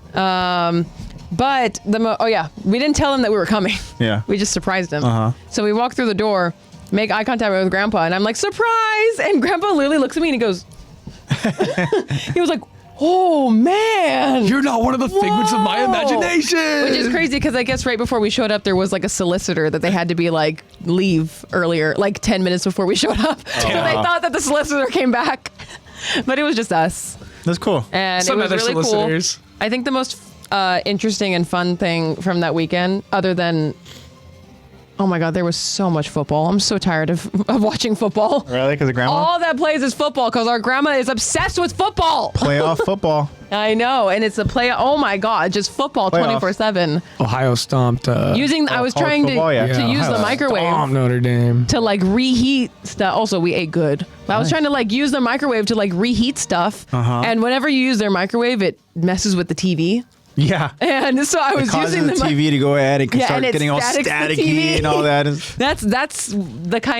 That's how my grandparents are living. Yeah. So I go to like use the microwave and I forget and I look over and I see that it's doing it and it's funny, I'm using it and I see Grandpa go.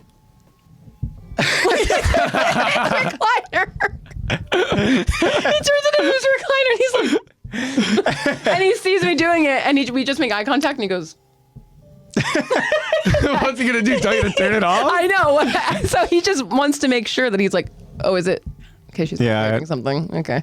Wow, like, sorry, I didn't mean to interrupt football. My fault. I wanted to eat my mashed potatoes. Imagine it's just like a scowl, just like a, you know what you're doing. He just looked over to be like, okay.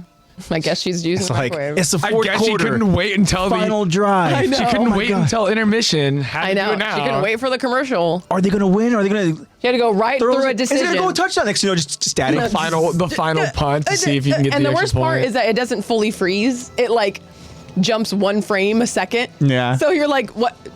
You're yeah, like- yay? No, what You're like, happened? Did we win? I know. But I will say the most interesting thing that happened was, I gotta say, Mom and I didn't really believe him at first. Grandpa was like, yeah, I have a roadrunner that visits me every day. Ain't no mother. And we were like, what? And they were like, yeah, you know, Meep, meep. Wait, a Roadrunner, like meep meep. Yes. meep, meep. Yeah. Yes. But they're not. It's not that colorful. They're like brownish gray and Pretty they're, much like, small. brown and gray. Yeah, and they're pretty small. But this one had orange on the side of his neck. Ooh, He okay. got a really cool thing on top of his head that fluttered every time he got. I don't know, Okay, Jacob. I don't know why it does that. I'm getting too ahead of myself. But The microwave causes some sort of weird, I don't know, don't know. reaction. It's to the radio TV. I don't know. wave. they got cable. I don't know.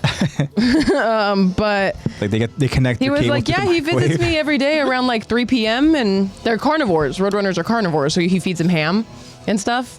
And the Roadrunner likes to hunt You know, bugs meat. and worms in his backyard. So I was like, oh, okay.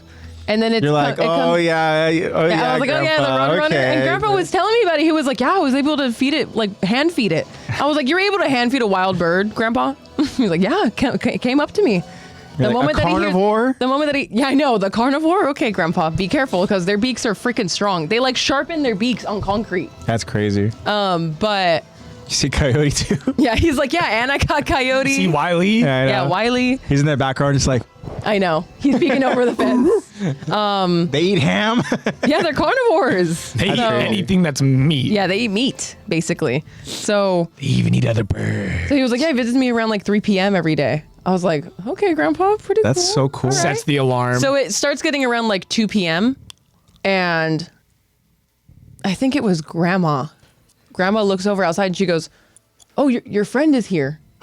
And he was like, oh, gets up immediately and gets his ham, walks outside, and I look out and I'm like, holy shit, there's a bird waiting out there for Grandpa. That's so crazy. What the hell? There's literally, you look outside and he's on the lawn like this. He's just waiting, just looking around. Please tell me you have a picture of this little And guy. Grandpa was like, oh, he's early. All right. And he gets up and he grabs his ham from, he already has it pre-wrapped. He has pieces of ham. That's so pre-wrapped. crazy. That he What prepped for the the next fuck? days. He meal prepped for That this. is one of the best this things bird. ever. And He's trying to track Grandpa. yeah. So Your grandpa's so cool. he's like, oh, just wait. Wait till he hears the sliding door open. I was like, okay, Grandpa. Okay. So he opens the door. And you know how normally you go out to wildlife, you're being very quiet? Yeah. Grandpa's like, come here. Come on. Come here. And the bird waddles up. That's so crazy. Waddles up to him. His feathers start going up on his head. And I'm like, we're all like looking from a distance, trying not to see Yeah, it, trying not to go in. trying to get videos of it. And I got to show you how cool. Wait, what? Yes, that's what I'm saying, dude. Nah, that's so cool. I want a pet Roadrunner. And look how close it's getting to Grandpa. I mean, bro says he hand feeds it. What? I've never even seen that. I know. I've never seen a Roadrunner before either. Isn't it so cool? Oh my god! What the hell? And then there's another video you can scroll to.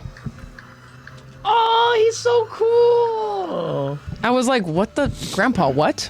You're taming. This is how we tamed wild animals. We just fed them every day.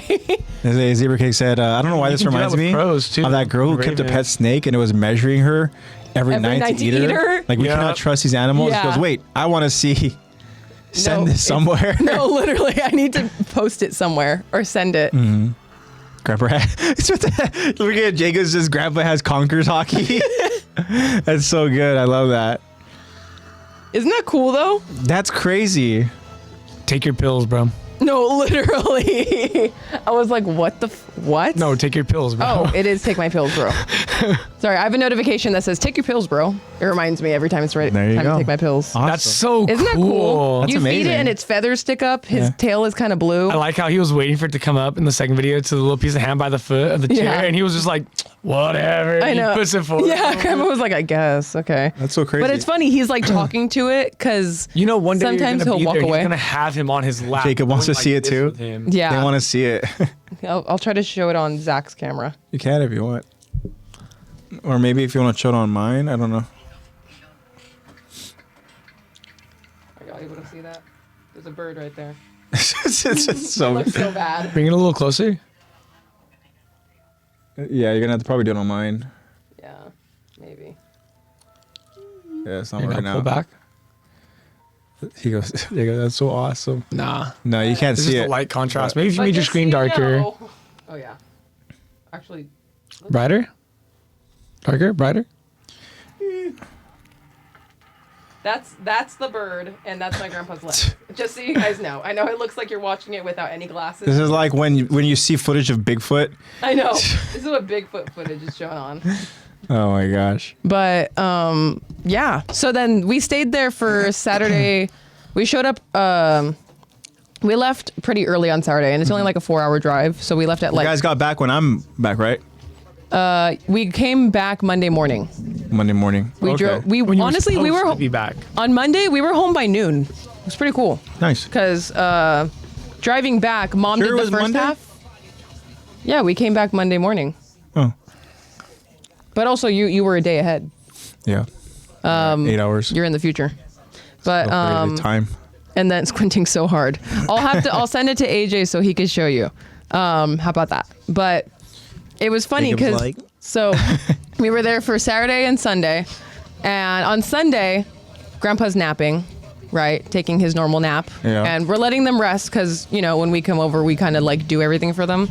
So Grandpa's napping, and then I look at my watch and I'm like, oh, it's 2:30. It's almost 3. He's been coming early. Let me see if that Roadrunner's outside. I go peek outside. I open up the blinds. It's there? He's right there. That's Clockwork. crazy. He's on the grass. And I'm like, so I go over to Grandpa and I'm like, Grandpa, your friend is here. He goes, oh. Like he literally was like this a second ago. And he was like, Grandpa, your friend's here. He goes, gets up. Oh, I love He's it. early. Yeah, grabs his walker, goes over, and That's so cool. and grabs his ham.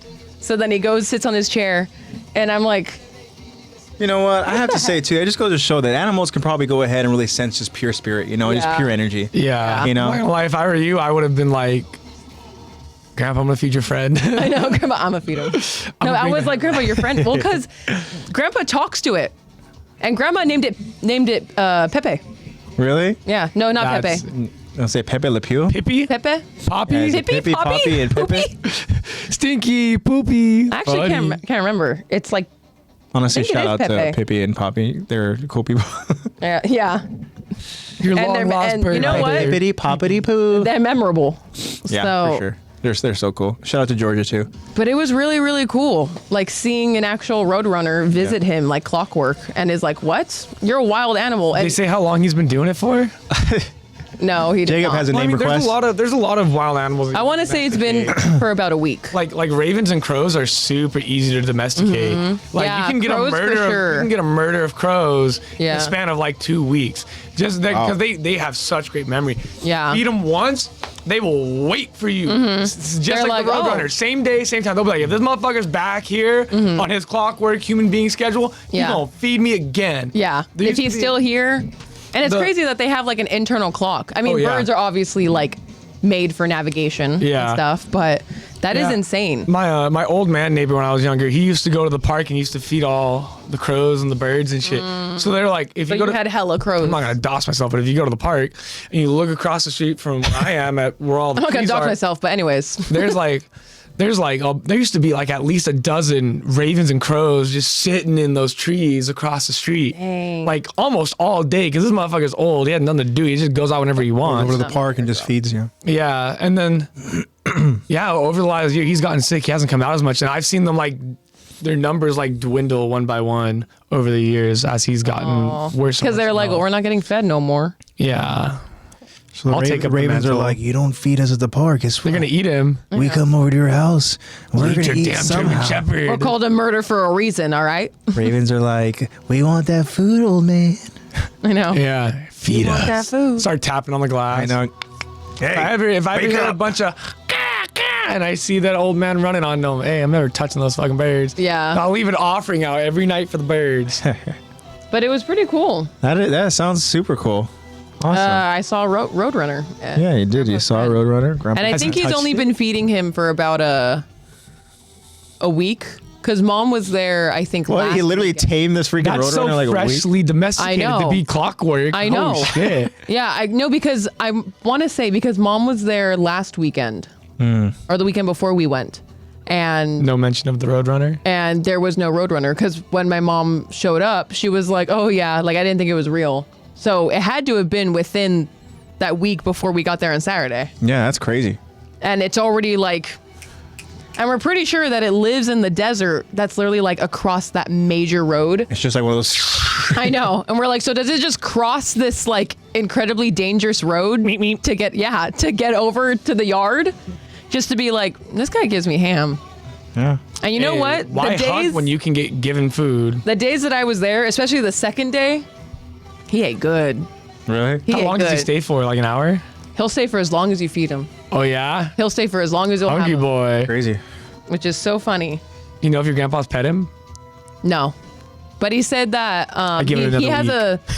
I'm He was dead ass, I talking give it a to week. Uncle John. We know Uncle John, Yeah. who is notorious for having birds. So he knows bird behavior, and he asked Uncle John, and he was like, "Yeah, just touch the feathers on the top of his head, like just the feathers on the top of his head, and then you're good. He's basically yours." Wow. He was like, "Oh, It's like How to Train Your Dragon. yeah, you just." Put the And it's funny because, like, I think it's so funny because normally when you go up to see a bird, you're like, oh, be very careful. Grandpa's just like, That's crazy. he's like, okay. And then whenever he eats, his feathers go like this. Whenever he gets fed, his In that feathers. video, it looked really That's cool. when he's supposed to pull it back for him. Yeah, and that's when, yeah. But so far, Grandpa's just been able to feed him from his hand, or he just comes up like and takes And picks it off floor. the ground, yeah. He was a lot more skittish when we were there, obviously, because he's got an audience looking at the Roadrunner. And then we're making sure to tell Grandpa, we're like, hey, his beak is really strong, okay? Like, be very careful with this Roadrunner, okay? Like, they are carnivores, and their beak is really strong. Don't let him confuse that ham or your fingy. finger for a ham. You will for ham. lose a bit of your finger. And he was like, yeah, I know. He's so funny. He's old. He don't care. He's like, I don't need this finger anyway. Grandma, Yeah. shout out, man. That's so cool. Man, that's so cool. Yeah. But, yeah, I want to say that was pretty much it. Good stuff. I did a lot of, let's see what else I do the past 2 weeks. I always do a lot of like cleaning and organizing. I do so much cleaning and organizing to make my life easier, but I'm just making it harder by constantly organizing and cleaning and redecorating. So my room is currently, it's always going through something. Okay. Just like Oh, me. Heard, chef. Heard, Right on. chef. Awesome. All right, that's pretty much it. Very, very cool. Poll time! You want to hit that applause real quick for our story time? Yeah. I know. Right on. Thank you guys so much for that. We miss you guys. We really miss Yes. So now this time what we're going to do is we're going to go ahead and very quickly do a poll. We have a poll question, right? We can go ahead and talk about. I got my Attack We're going to on go ahead and do a Titan very quick recap, and then we're going to get into the episode, and then booyah, we're off and running. So without further ado, Lex, go ahead and hit us with that poll question and see what the results are. Yup. So, like we alluded earlier, You have an extra napkin? I did. There's not one in there? Oh. No. I don't even care if it's used. I was just gonna spit my gum in it. Oh, yeah. Then definitely, yeah. But like we My mentioned, face on it. We're good. I thought you were gonna like blow your nose or something. I was like, I can go grab something. No, it's But like we mentioned before, or Jacob did vote on many accounts. Yes, So, he definitely did. So The votes might We'll see reflect if it's gonna be- interestingly. a ton of flock. I know. flock is 100%. So 22, What was the question? Did you already see the question? 33, 1, 32, 33. We got like 50 votes. Hell yeah, that's what I love to see. Thank Yeah. you guys. Shout out to you guys. You guys are Seven awesome. of them Keep were Jacob. voting. I know. And yeah, like we got Jacob's 50 like, votes. I'm 30 of them. That's awesome though. We appreciate the Yeah, engagement, thank you, guys. guys. We want you guys to obviously go ahead and give us that feedback, and we love when we come up with some Q&As and stuff where we get some good responses. But yeah, do not be shy, my friends. Go ahead and help us out with all that, because it's good content that we're able to go and talk about live on the podcast. Yeah. Cool. If you And- want to hear your name on the internet by some Yeah. random people, hit that bell. Just Yeah. answer the polls, But man. you'll hear your we'll name. say your name and we'll shout you out. You'll be able to hear your name on Spotify. That's Yes. kind of cool. Yeah. And then you can show people that you have been talked about by Yeah. people on the internet. People know you. Clout. Clout. And not that I'm was looking or anything, but whenever I post something on the story, on the Attack the Talk story, I always go into my account to view it to make sure that it did post. And I went onto my account because that's within like a few seconds of it being posted. I go on and I'm like, how is there already a vote? Someone already voted. So I go back onto Attack the Talk and I'm like, okay, who is it? Who voted for this person? And it's our good loyal listener, Kirkland Allen. Like clockwork. Costco out to Kirkland Allen. Costco brand Allen Hell was yeah. the first one to vote. Thank you. That's so cool. You beat me to it because normally Costco I'm brand the first person Allen's to got vote. the bell on. Why don't you? Yeah. No, seriously. Normally Supported by I'm the Costco. first vote because I'm the one that posted it. He beat me to it.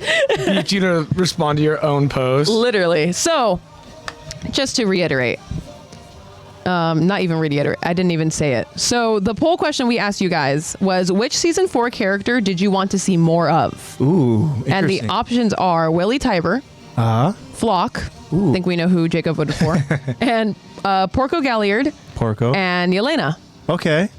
which are pretty prominent season 4 characters, but prominent in different ways. Yeah. And not as much screen time for some than others. So would love to hear what you guys, who you guys wanted to see more of out of these 4 characters.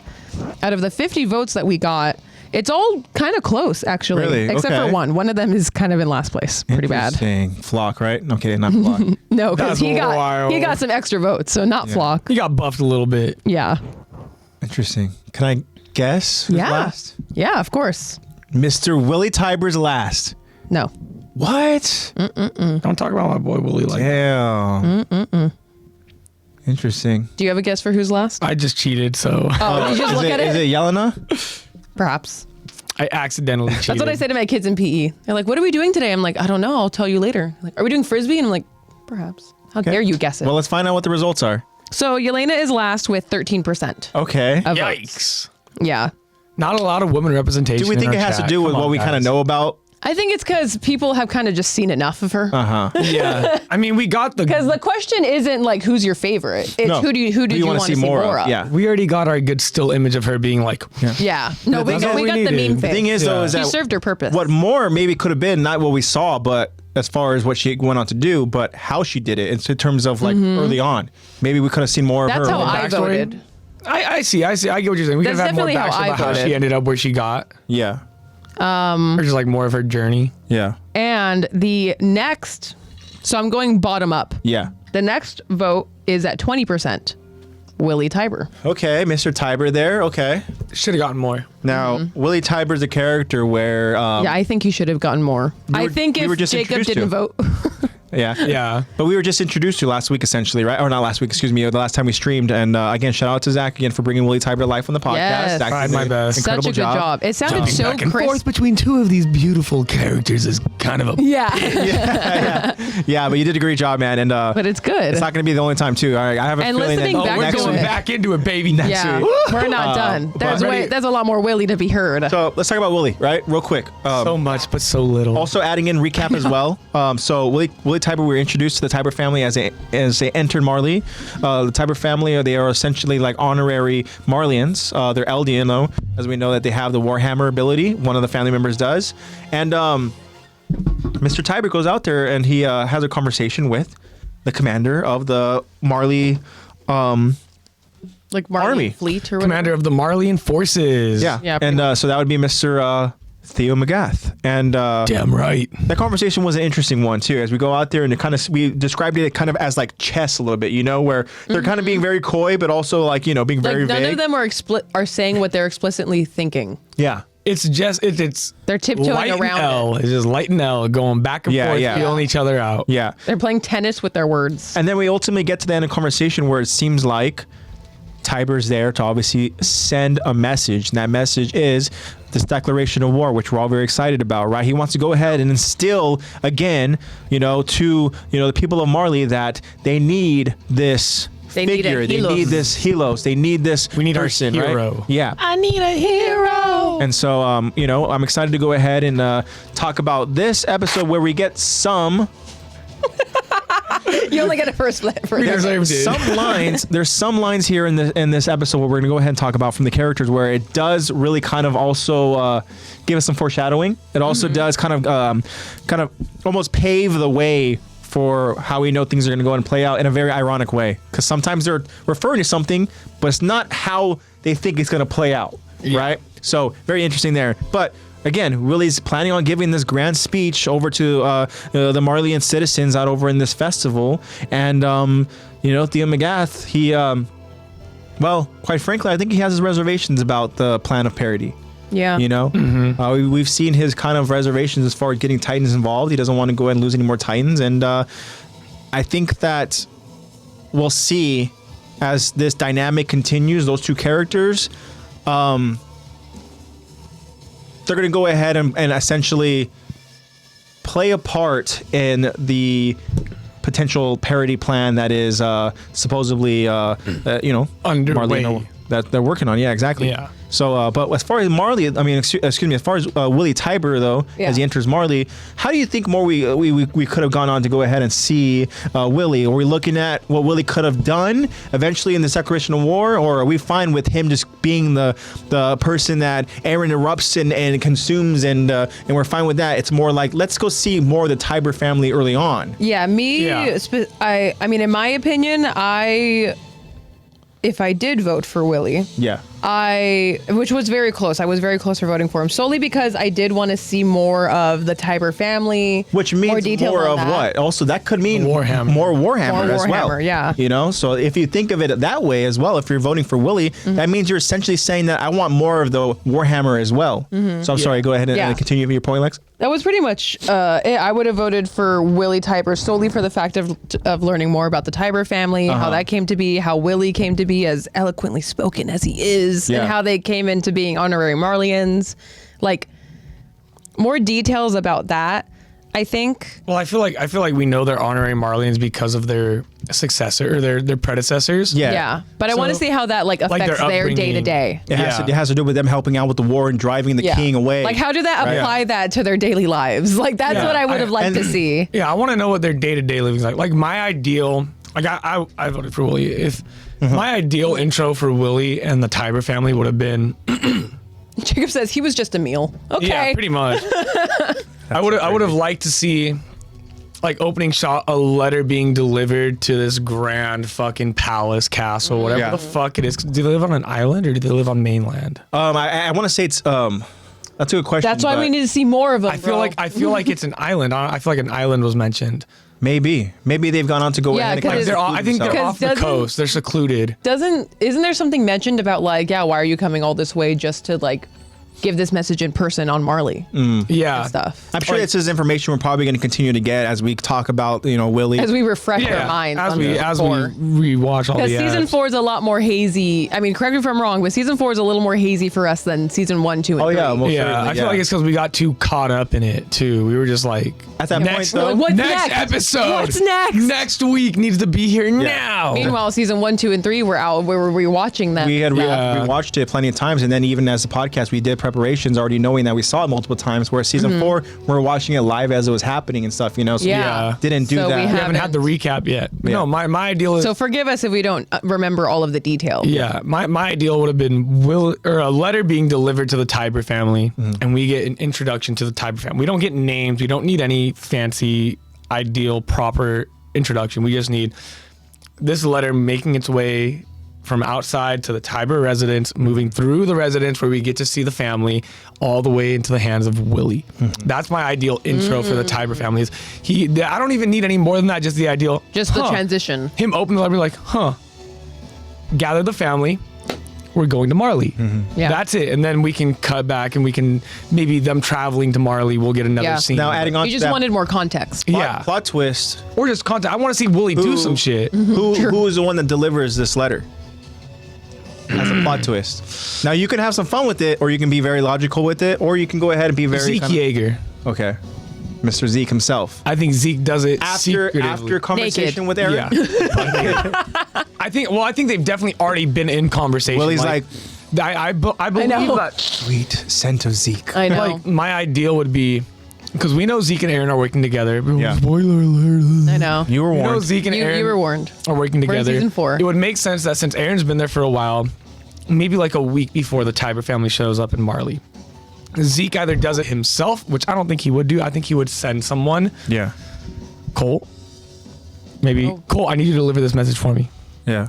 If you want to be my successor, I need you to do Falco, this you're for good me. at delivering letters. Deliver this one. No, no more letters for Falco. Falco has his delivery. You know what? You know what would be funny is if Aaron gave him 2 letters and said, "This one's gonna be sent out. This one goes This to my goes to my family. This one I need you to sent hand deliver to an old friend of mine." Yeah, an old friend. And then just drop it off at the Tiber Castle dip, bro. Yeah. Like a drug run. Except it's plots. Yeah, except it's like, Except it's a Contact. trap. yeah. Yeah. Dang. I want to see that, and then I'd want to see more, like even if like that scene where we're going through the castle with the letter, metaphorically, even if we saw the Warhammer like, I don't know, train or something. She hasn't transformed in fucking how long has she? Yeah, the thing is that You wouldn't even see that what we canonically. learned is that the Tiber family, they go ahead and they keep themselves out of any wars. Right, which means that they go They're ahead very and they, secluded. they don't want to be involved in that, and also their tie-in's not getting involved as well. Which They means, got their riches and dipped. They're Yeah. like, cool. honestly, they're a figure that, hey, you know what, Marley appreciates us for what we did. We're now part of the Marleyan, family. And I would have loved to see more of that. And I think that's a great point too. And I like where I you're would have going loved with to see the that. diplomatics. And I think what would have been Yeah. cool too is that let's say we get that scene, right? We see the introduction to Willie. We see what we see of Willie. But would it be cool too if they add in an episode where it's almost like they go back to history, where we go ahead and learn about more of the Tiber family. The original Tiber family, the Yeah. original hero. Yeah, and then we get to see the Warhammer in action. We get to go ahead and see more of that history of like an actual, predecessor, at some point over in this timeline of history. And then, we get to see how this war really played out, the Great Titan War. And so That to would be be able to a get that great clarity. spin-off movie. Yeah, That would I be a think that- fantastic spin-off. And it's something that we've talked about before in past episodes, past seasons, where we would love to go ahead and see more of the history involved. Yeah. We hear about, these kings involved. We hear about, this royal family. We hear about these titans that were, participating in war or whatever the case is and stuff, it'd be cool to go ahead and learn more about past Titan users. Yeah. I mean, that's all we want is more Titans. Yeah. Yeah. Kind of go off what Jacob said. He was like, Willie was a fraud. I mean, yeah, we know he's a fraud. He's no fucking hero. He's some rich, spoiled rich. He's some just dumbass, spoiled rich. He's kid. a good speaker. Yeah. He's a silver. He's got a silver He's a tongue. well-spoken. Yeah, he's a exactly. voice. He's a fucking con artist. He was raised to be a con artist. He doesn't even have the fucking Warhammer himself. He's a brand. He himself. No, dead ass. He is just he's a brand ambassador. Yeah, he's a brand Tiber ambassador. Yeah, exactly. Literally. Tiber Co. None of the family that is there. Go. None of them. I'm writing that down. None of them. Tiber Co. None of them was involved in any of the conflicts and stuff. Any of they have been Yeah. living None a of the nice heavy life, lifting. secluded from everything everybody else living this royal. Perhaps we noticed in Zach's episode that we're building and creating here that we see this lavishing lifestyle that they live. Maybe they have a Windsor castle of their own. Yeah. Nah, they got fucking Hogwarts. Maybe they live in Hogwarts. I don't know. You know, and so it's like one of those things where it would be interesting to go ahead and see this lifestyle because guaranteed that changes our perception of Willie Tiber. We go ahead and see that this is just some sort of like spoiled, rich person who doesn't have really any, enemies or any issues, any conflicts, none of that. They have their own island that they're secluded to, away from everything else, and they have no care in the world other than what the fuck are they going to eat? What are they, who knows what, maybe theater events they may have in this snap, Who knows? Seeing all of that would give us a really good new perspective on like that whole Magath and Tiber meeting too, because when we're watching it, we're like, okay, Magath is Magath. Yeah, it was like you can go ahead and say Magath or Magooth. Maggot. Magath or Scrooge Magath. McDuck. Yeah, because we know as viewers, we know that Magath is clearly being deceptive, not giving the whole truth, being deceptive, playing chess and everything. And we can obviously infer that Willie is, but if we had more background, then we could really see that conversation. Like we could see the full chessboard of that conversation. And then also too, you have a guy who's representing Marley. Yeah. Him talking with Willie, who, part of the Tiber family. And so you, in a way, you're kind of like, we've already seen what this guy's about. Don't do business with him. We're almost like that. And also think about it, if we see that lifestyle. Start rooting for Marley. And let's say Tiber. To play devil's advocate, that's why I feel like I was going to say the perfect spot to have put that scene, like a background info scene. Yeah. Would have been after what we're going to talk about in next week's episode. When they're sitting on that little bench. After that, because now I'm seeing. After that I understand why we didn't get the background info, because we're supposed to see Willie and be like, oh, this dude's supposed to be a fucking hero. Yeah. This dude's gonna fucking save Marley. He's gonna come in. He's gonna do the damn thing. We're gonna see the Warhammer with Zeke. Blah blah. It's supposed to get us pumped up, ready to go. Yeah. And then we get what we get. And then we find out he's a fraud. And guess what? That means that we would be even more ecstatic, or at least we'd be happy the moment Aaron emerges. Yeah. See, because now we're like, work. fuck, this dude doesn't give a fuck about Marley at all. He's just trying to save his own fucking skin. Yeah. And then we're like, no, Commander Magath, no, don't do it. Yeah, don't trust him. Don't trust him. Exactly. I know. That'd be a very fitting end to a character like that, for sure. Especially if we know he's gonna be as short-lived as he is. I think. Yeah. Give us a little roller coaster instead of just a straight shot. Get a better understanding of what he stands for sure. Yeah, I like that. I like that just for as sure. a character. But I do like the initial intro not having the context, because that kind of makes you as the viewer be like, oh, this dude's hot shit. This dude's he's keeping his cards close to his chest. He's well spoken. He's been raised proper. He's probably really intelligent. Probably got a lot of good things going on. And then you find out he doesn't. Yeah. Wow, sounds like someone I used to know. And then someone rips the curtain out. I know, and then he doesn't. That's my favorite joke now. That's my favorite joke. But yeah, so Willie Tiber, definitely an interesting character, for sure. We understand this character has definitely more story behind him and his family, which we don't necessarily get. But yeah, so yeah. This was just so us you like voted for defending Tiber, him. right? Yeah. Okay, interesting. I want more Tiber. Where did you vote? Are you voting for one of the top two?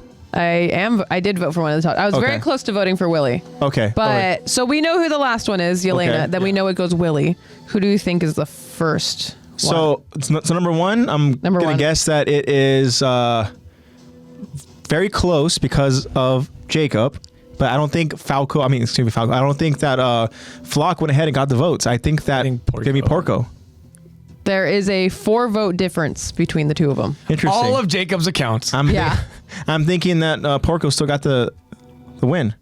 And he did. That's who I voted for as well. That's who my vote goes to, for the simple fact of this. Even when you He's voiced by Kellen Goff. More Kellen Goff. Yeah. But also, one thing we talked about before, I want to see that actual scene happening. I want to see more of the interaction of, Ymir arriving over to Marley, facing her, successor, even though she's already defeated, and hearing more of it, because we understand that the way I want more Ymir. Screw all these options. I want more Ymir. I want more God. The way that more Porco goes on to go ahead and talk about Ymir as this, essentially a peasant, a person who wasn't even worthy at all of this ability, and to get more of that kind of interaction, that dynamic and stuff, but also I would love to see more of Porco himself, just you know, in other variations of scenes that you can add him into, you know, we see that he's essentially thrown into anytime there's any meetings, anytime, you know, but we don't really ever see Porco in like actual like real character development stuff. Yeah. We don't see him shine. He's a very static character. We don't see him deal with the loss of his brother. We don't see him dealing with taking on this mantle as a Jaw Titan. We want to hear. I would love to hear, you know, him have an inner monologue. Want his only character development to be when he dies. Yeah, I don't want to. That's a little. I don't like that. The only real thing I remember about Porco is it's the actor or whatever when he sees Levi. Is it Ackerman? Yeah. But it's one of those things where like there could be so much more. I would have loved to a conversation of like him kind of like opening up to Peak. I think that that relationship, obviously there's something there. Even if it's just like in the field, like they're in the field and he's like, he's like, how much longer do we have to do this? Yeah. Or like even how that like first happened, you know, because clearly they didn't bond to battle. Like they bonded through battle. They battled to bond. Yeah. For sure. Mm-hmm. Yeah, exactly. And I think that too, like, again, like with what kind of what I was saying too about the loss of his brother and becoming Jaw Titan, like I want him to go ahead and really kind of come to grips with, you know, trying to make his brother proud and stuff, you know, and I want him, you know, because his brother now lives through him in memories. Yeah. I want to see more of that dynamic, you know? It's almost like that crazy kind of like almost like the Lion King thing of like, you know, of Simba seeing his father Mufasa in the clouds and stuff and he's speaking to him. I want to see more of the interaction. I feel like Kellen Goff would have killed it over in those interactions and stuff, you know? I think that Kellen Goff should have gotten a more vital role. Yeah. I mean, he did awesome, obviously, for what he was given and stuff, but it seemed like Porco was kind of given as kind of like this almost like rebellious type, you know, character and stuff, you know. And I mean, they even say it in the previous episode. They're like, oh, he'll bitch and moan, but he'll get the job. Yeah, eventually. He'll fall in line when it matters. He gets the job done. He'll just bitch and moan while he's doing it. Yeah. And I want to see Kellen just continuing to bitch and moan, man. I know. I want to see I just want to hear Kellen complain. And I mean, judging by the few times that we see Porco too, he's kind of a funny. Like he's not trying to be funny, but it's funny because he's not trying to be. Kind of funny character. Yeah. Between him seeing, he's like the funny, sarcastic asshole. Peak on the floor and freaking out. The name of the stream here essentially is. I don't know if you want to read it over in the top left. The sarcasm is real in Marley. Yeah. So we get a lot of sarcasm in this episode. Or even like the scene we're about to get with the way that Porco says a specific line. He's kind of goofy. Yeah, he is. But yeah, so. My vote definitely goes to Porco as well. I would love to go ahead and see more of that. But let's talk about, you know, Flock. And that's it. There's no more votes, and there were no other options. Sorry, Jacob. I tried. No, it's interesting that Flock did get second. Oh, so do you want to hear the percentage? Do me a favor. Take away. Only give Jacob one vote and see if you can kind of calculate to see where Flock would actually go. Let's take away 3 votes. Okay. Does Flock How many votes are there total? Does Flock still get second? If that's the case? If I took out... Okay. I have to take out... Jacob goes, no. I would have to take out 4 votes for him to tie with Willie. And The difference is Willie Tiber got 9 votes, Flock got 13. Okay, so but still, Flock would go ahead and still be second? Yeah. By one vote. Yeah, if he took out 3, he'd be second by 1 vote. Okay, so then he still gets second, which actually that does still say a lot about his character. Yeah. People other than Jacob voted for Flock. Really want to see more of Flock. As if we don't get enough of him. You know, and so it's definitely interesting because Flock is a character whether you know we like him or not. You know. People like him. He's gone on to go ahead and go through some substantial character development, some growth, and he does show his loyalties, and he sticks with them. He doesn't waver. He doesn't do any of that. He doesn't quit. You know, and he about to make a name for himself.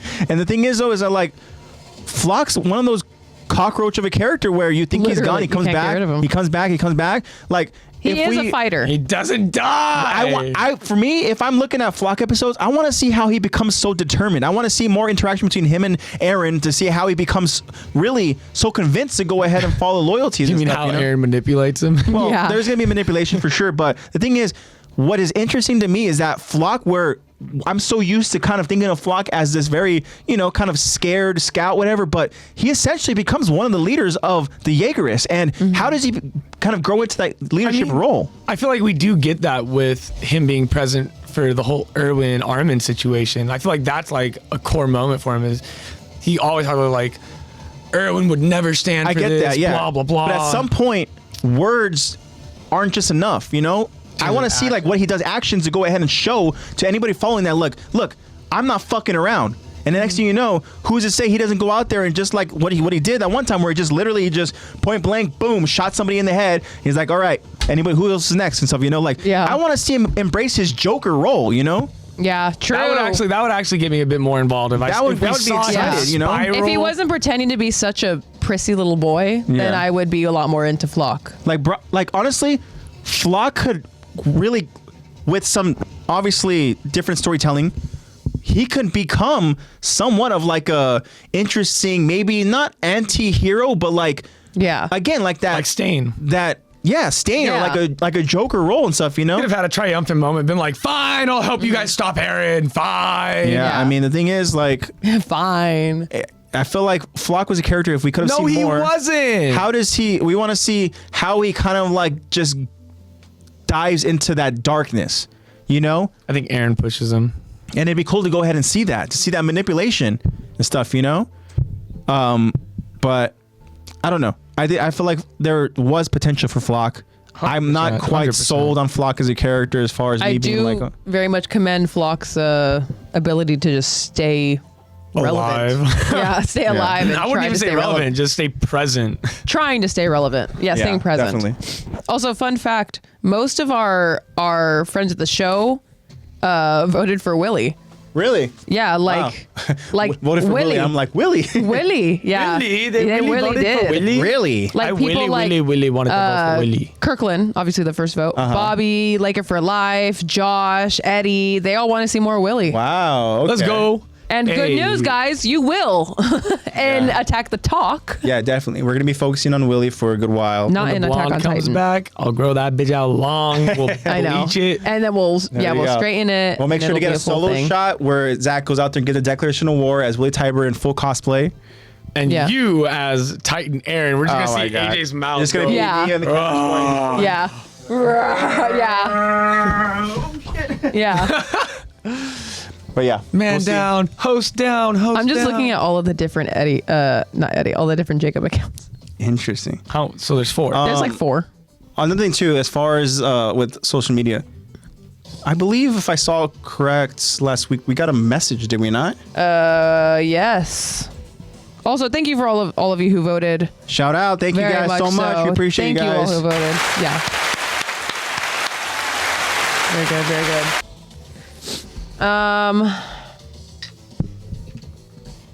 Eddie, friend of the show, Eddie. Mm-hmm. Hello, Eddie. Mr. He DM'd us about his Twitch recap for.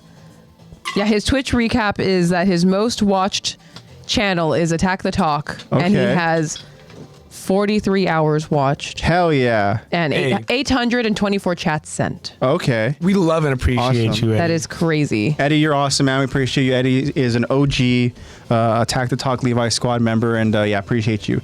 Actually, I have a comment though that I did want to go and talk. This is an alert that I got. Yes, and I go wanna, ahead. This is from a comment through Spotify, which we received. Ooh. And this was from our most we recent do that. stream. And shout out to Charlotte.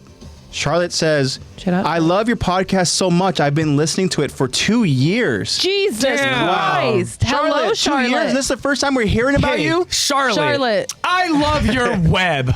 Honestly, Charlotte, anytime we get any kind of comments like this, it Damn, that's insane. There's like people we that we don't appreciate even it. know about who have been listening to yeah. us. And Charlotte, do not be afraid to join us live on Twitch. Please let us know. I want to know that you've been Attack listening. the Talk. I And, want to talk to you We about don't it. bite. It's been a crazy. Only At a Attack the little Talk bit. podcast. It's been At an Attack the Talk interesting. It's been an interesting journey. It's crazy to think that 2 years of content and stuff. I know that we've been going on longer than that, I believe. But Oh, yeah. Mm-hmm. But it's one of those things where it's like, wow, it's so cool to go ahead and have people that really just Bro, listen we and spoke stuff. him into existence. I know, seriously. Oh. What's up, Hey. Eddie? We just read your We were your just comment talking and, about you. Yeah. Sick Twitch recap, bro. Yeah. You say his name 3 times and he shows up. Eddie. Yeah. But can we go ahead and give an applause for Eddie and for Charlotte? Thank you both so Thank you, much. Charlotte. Oh my God, swing by, Charlotte, that say is hi crazy. sometime. That's awesome. Yeah, Let definitely us go ahead know and what say your hi. IG is if you're active on the polls and in the Yeah. definitely. Yeah, let us that'd know be so cool. we know it's you. That'd be cool. Because you know a lot about Attack on Titan if you've been watching. For 2 And for 2 years. years. And Charlotte also knows a lot about us too. So. I know. It means you know a lot She about knows us. that you went to London. I know. Exactly. Charlotte, knows if I you're went to listening to this Japan. right now, whether you're at work or driving or whatever, you're awesome. Yeah, exactly. You're so You're cool. so fucking cool. You deserve so cool. love and happiness. Jacob goes, Charlotte. He's trying Not to. gonna Gonna appear. summon She Charlotte. shows up. Can you She's imagine? like, okay, I'll chat for the first time. yeah. Dang. So cool. That's so. I'm glad. I'm glad that you read that. Yeah, it was a Spotify message that I got, and yeah. So And for those of you that are listening now, please feel free to message us, join us on Twitch. That's where we're our most Drop active. a winky face if you're listening We're right now. Smash that bell and no, I'm just kidding. Smash that like button. We're most active for sure on Twitch, obviously streaming every week. Yeah. And then Instagram. most active on Instagram for sure. Attack the Talk podcast, because that's where we do a lot of our polls. Most active daily activity. Yeah, that's where we do our polls and our Q&As. And if you DM us, it's most likely that we're going to see them. It's most likely that we're going to see your messages through Instagram DM. So if you're trying to reach us or you want to say something cool, or you just want to be like, hey, love your guys' stuff, heard that blah, blah, blah, whatever, found interesting, da-da-da, been listening for this long. Cool. I really want to hear you guys. Like, I really do. We want to know who's listening to us. yeah, I don't think you guys understand. Literally, like the engagement is. I don't like this one-sided relationship. It's really, really cool. I Like I know, said, right? that's why I love talking about you guys' responses. I love talking to you guys live in chat. We love talking about, who voted, whatnot in the poll and stuff, And yeah, so thank you guys so much. And again, Pretend you're praying to Aaron. We'll be your Aaron. Yeah. Just whatever you want to ask to Isayama, ask us. Yeah. We're not going to give you any better It won't be right, but Yeah. I mean, we'll tell you something. But we'll probably spiral about but it for we're like 30 also minutes. probably the closest thing to Isayama. yeah. Right. Think about all of the episodes we've already created with our brains. Think about how many AOT No, hours we literally. have. Like we've gone on to go If ahead someone and literally made an actual graphic novel and all of our hypotheticals, Yeah. it would be so our what if cool. episodes. When are we going to make a show? The multiverse. I know. When are can do making the an voice AOT acting. multiverse? We Yeah. have animators. We can find animators. We need a team for sure. It's about I've trying got to a find the team. connections. A sort of suicide We've squad. got. we gotta make a pact on that one. Can I just temporary join? That's the thing though, is like think about like We have all the to make a times we pact. spiraled, all the times we've gone on to go ahead and just come up with literally we did this episode where we're coming up with storylines, story plots, adding different kind of character developments for the characters in our poll question, and stuff. So hey, They should just hire us to give all the Titans names. put us in a room, right? Yeah, every And then single Titan. Give us. Mercury So can you Titan, imagine they go ahead and Boat Titan, put us in a Fire room. Titan. They go ahead and they give us illustrations. They give us characters that go ahead and just kind of like just start talking about. And next, we're just like, all right, so here we go. This is what we're working with, and we just go and spiral. Yeah, just put us in, I would just love lock that. us in a room. They basically just They throw a bunch record- of they record all of our metaphorical shit. puzzle pieces. Dude, no, Yeah. we're in a locked room with cameras recording everything. We're Yeah. they're getting all of the They're Well, gonna they're getting the lock us in audio a and stuff, room. because obviously it's like, for me, I'd be go ahead and kind of just say, if I were to write out my thoughts, then I would lose track of my thoughts. No, and stuff, it would no have doubt. to be audio. It would be Yeah. like this. Yeah. We're already doing They would have it. to sit us in a room We're already doing it. Exactly. and do it. And then they'll just have us broadcast live God. over on Twitch. Headset down. Headset back You know, online. that's why I stopped talking. I was like, oh, I just unplugged my headset. There you go. Hobby Homelander. Homelander is my favorite. Jacob just loves the most, just like Invincible. morally. I think, like, I think you need to reevaluate your morality for a second. oh man, that's I so am cool. tired of being. What does he fucking say? I don't know. oh, I'm Homelander? tired of being a puppet for your. No, that's not right. I don't know. Homelander says a bunch of crazy shit. I don't know. Jacob, Alrighty. I like this kind of. I like the kind of vibe you bring to the. Keep to talking the- about to the live Homelander. I'm stream. gonna go to the restroom real quick. Okay. Ooh. I like the kind of vibe that Jacob brings to the stream. A kind of unhinged and Keeps me on my toes. very opinionated vibe. Homelander, really? Not A-Train? Out of all of those characters, Homelander's your favorite. Why? Can I hear why? I'll go for Huey. Yeah, Huey. Not Butcher. It's not Starlight. Gotta say, not a fan Kimiko. of her in the new season. Kimiko's pretty cool because he's badass. Why? Because he's racist. Why do you think he's badass? Because he kills people for his own benefit. then smiles on national television about it. And then he manipulates you and lies about it. I didn't see him throw up. He's in love with. But he's in love with one. Damn right he is. He's in love with a Damn Nazi. fucking right he is. Might as well. Because he does what the fuck he wants. Elon Musk is just Homelander. At the expense of other people, though. Jacob, that sounds pretty selfish, brother. It's a little selfish. He literally is abusing his own son. It's true. I just realized it's been almost 3 hours. I know. Tune in next week, I imagine. I know. We've barely talked about it. We barely scratched the surface of Attack on Titan in this episode. We haven't even started the script. No, we have not. We just like But talking to you. That's guys. what happens when it's been that long. Yeah, it's been 2 weeks, and AJ went to London. I went to Arizona. We got a he went to Big Bear. Yeah. We do stuff, and we tell you about it, and we're yappers. I'm going back. I'm gonna eat so much fucking shit when I go back. I hope there's more snow. To Big Bear? Yeah, a lot of it was the artificial snow, which Oh, really? you can't eat. It's got microplastics. I mean, we already eat stuff with microplastics. Yeah, but like. Okay, so I'm not late. No, Eddie, we haven't even started, bro. Eddie, we haven't started reading the episode. You're good, bro. This is not the in between part of the episode. It's been our diary opening for about 3 hours.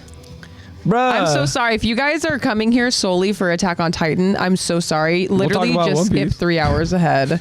If you guys are just here to be like, all right, I don't give a fuck about what they do on the now they weekend. should skip 15 minutes ahead. Yeah. Well, now skip. Yeah, like 15 minutes. Eddie, next I'm going to Big Bear again, Eddie, on Valentine's Day. So let me know. Maybe I'll. I don't know who I'm gonna carpool with or I'm gonna go by myself, but we'll figure it out. Yeah, head up. I'm down to meet you. Head up to Big Bear. That's crazy. Come snowboarding with me, bro. Lift ticket's only $156. Oh, Blue, careful, bud. You're right behind me. He's like, you won't squish me. Okay, maybe you will. He's not scared.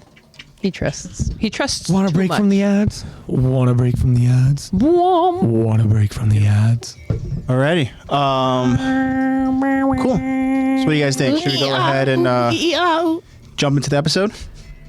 Yeah. Let's get right into the news. No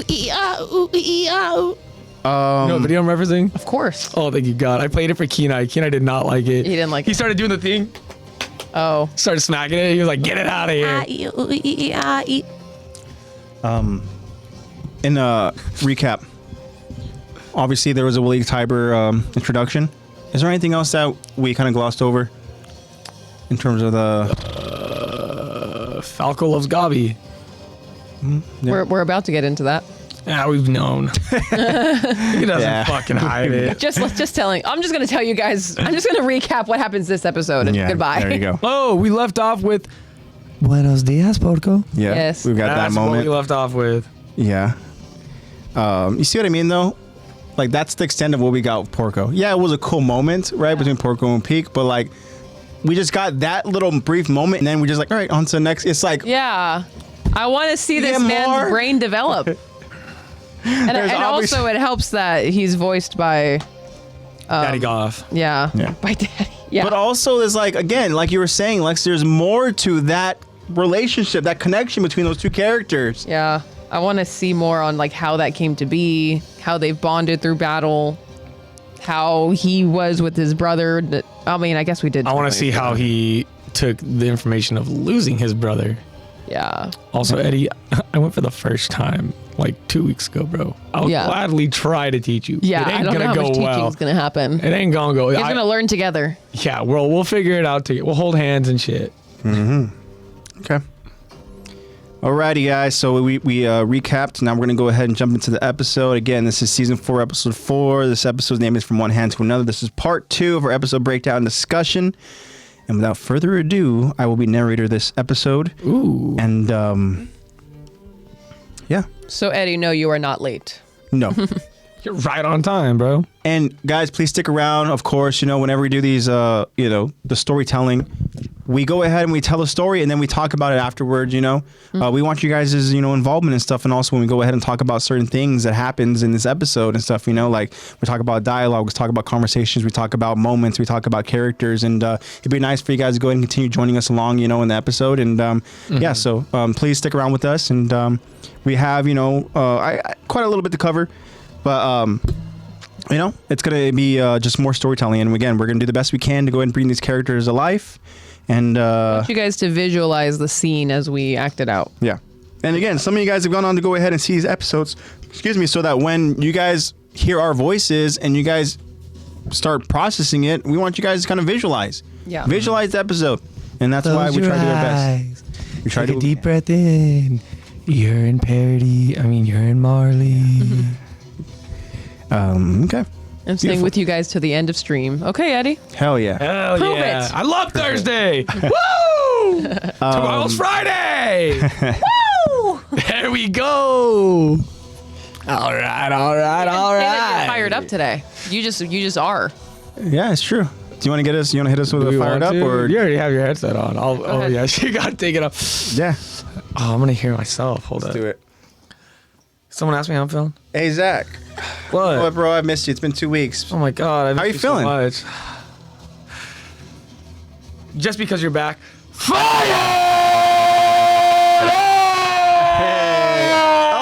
Oh shit. Okay. Whoa, there was like Oh yeah. there was like reverb. Light. Hell yeah. Oh my god, I'm a sweat. Beautiful. Close his eyes. Someone asked me how I'm feeling. Awesome. On that note, here we go, guys. We're gonna jump into I this. had to prep myself. Yeah. You guys ready? You need that segue. Yeah, let's get into it. Auga. Here we go. Auga. We continue the episode as Rhina shows us a map of the island of Parody. Rhina informs us with his past recollection and experiences. Most Titans from south. Most Yeah. Titans come from the south, so Parody's defenses are heaviest there, and comparatively sparse towards the northern hounds. A member of the brass responds. I see. So we should attack from the north? Rhina acknowledges as he thinks about the best plan of action.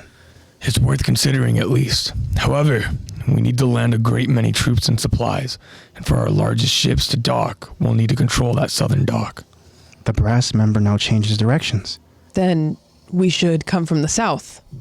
Rhina continues to refute as he maintains a cautious approach. Not necessarily. We'd be sailing straight to the spot where we lost our scout ships. It's where the enemy's focused. They might have even torn the dock down. The brass member, trying to make sense of the correct pathways, asks. Oh, right then. What are you trying to say? Rhina tries to explain.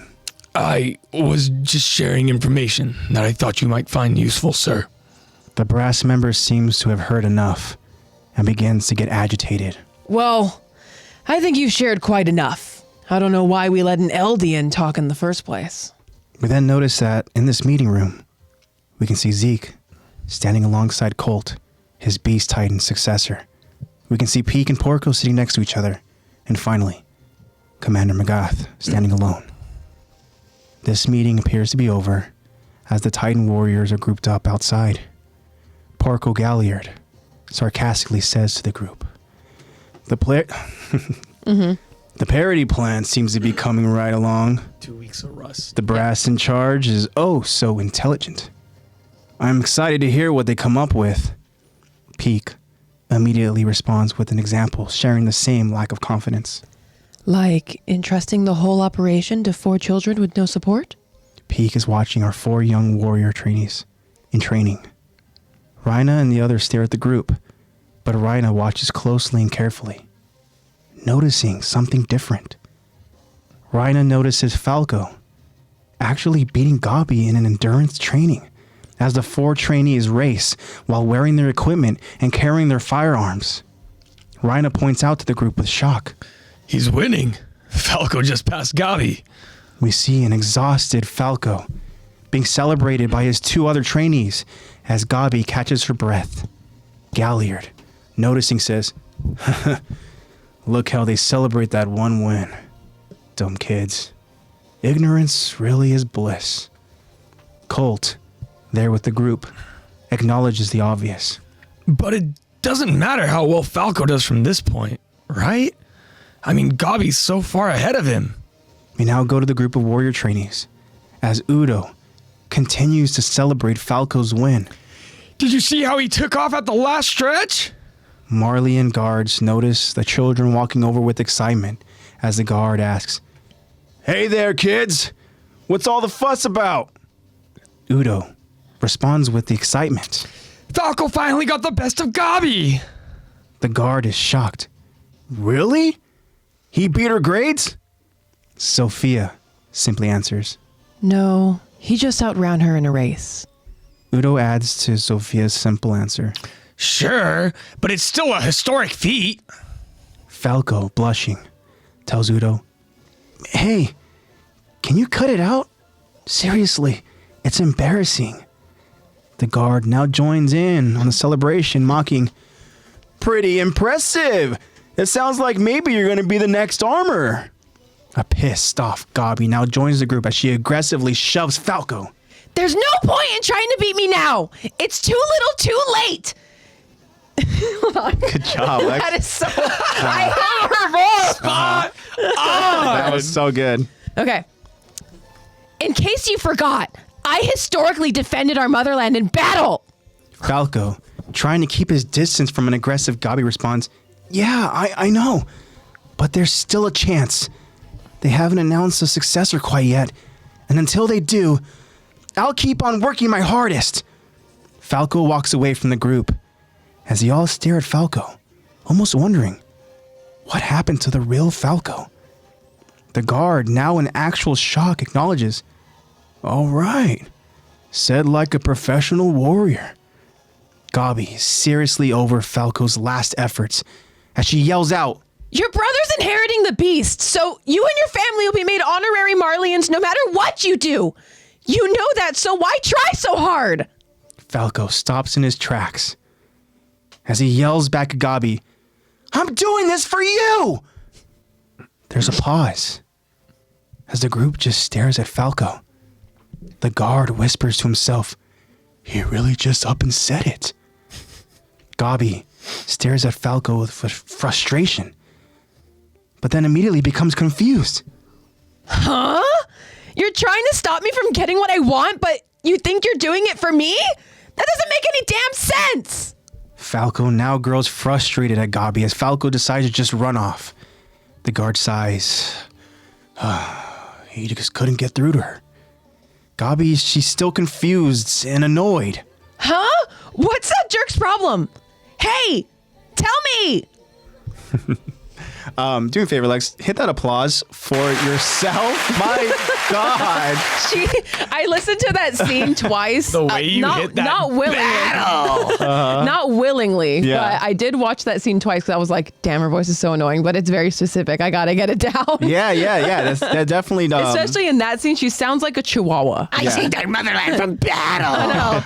I just saved us from battle. Yeah. That was a great job, Lex. Awesome. So, Killer. I liked your Udo.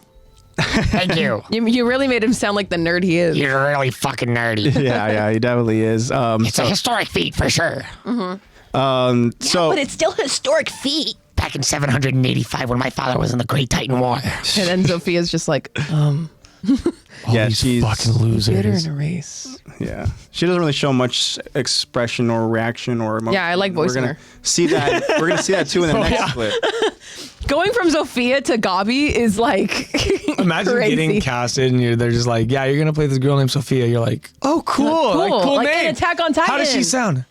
She talks just like this. Yeah. Just be very monotone. That's it. Not express any emotion at all. Just Yeah. be very cool. All calm, you're and gonna collected. do is just Trying to zone act out. so weird and mysterious. talk. Well, we haven't gotten to that scene yet. We'll get to it. So weird and mysterious. But all right. So let's go ahead and let's talk about the 4 Titan trainees.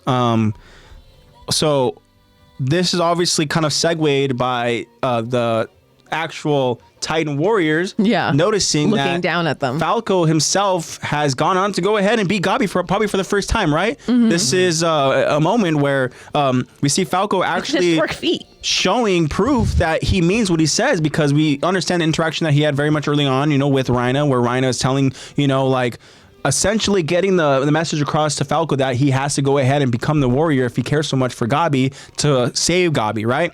So now he's going to do that. He's working and he's been trying hard. We see moments where even Gabi's kind of like through moments where, let's say they're spending time with family, but she sees Falco's going off to train and, so she's starting to get very annoyed.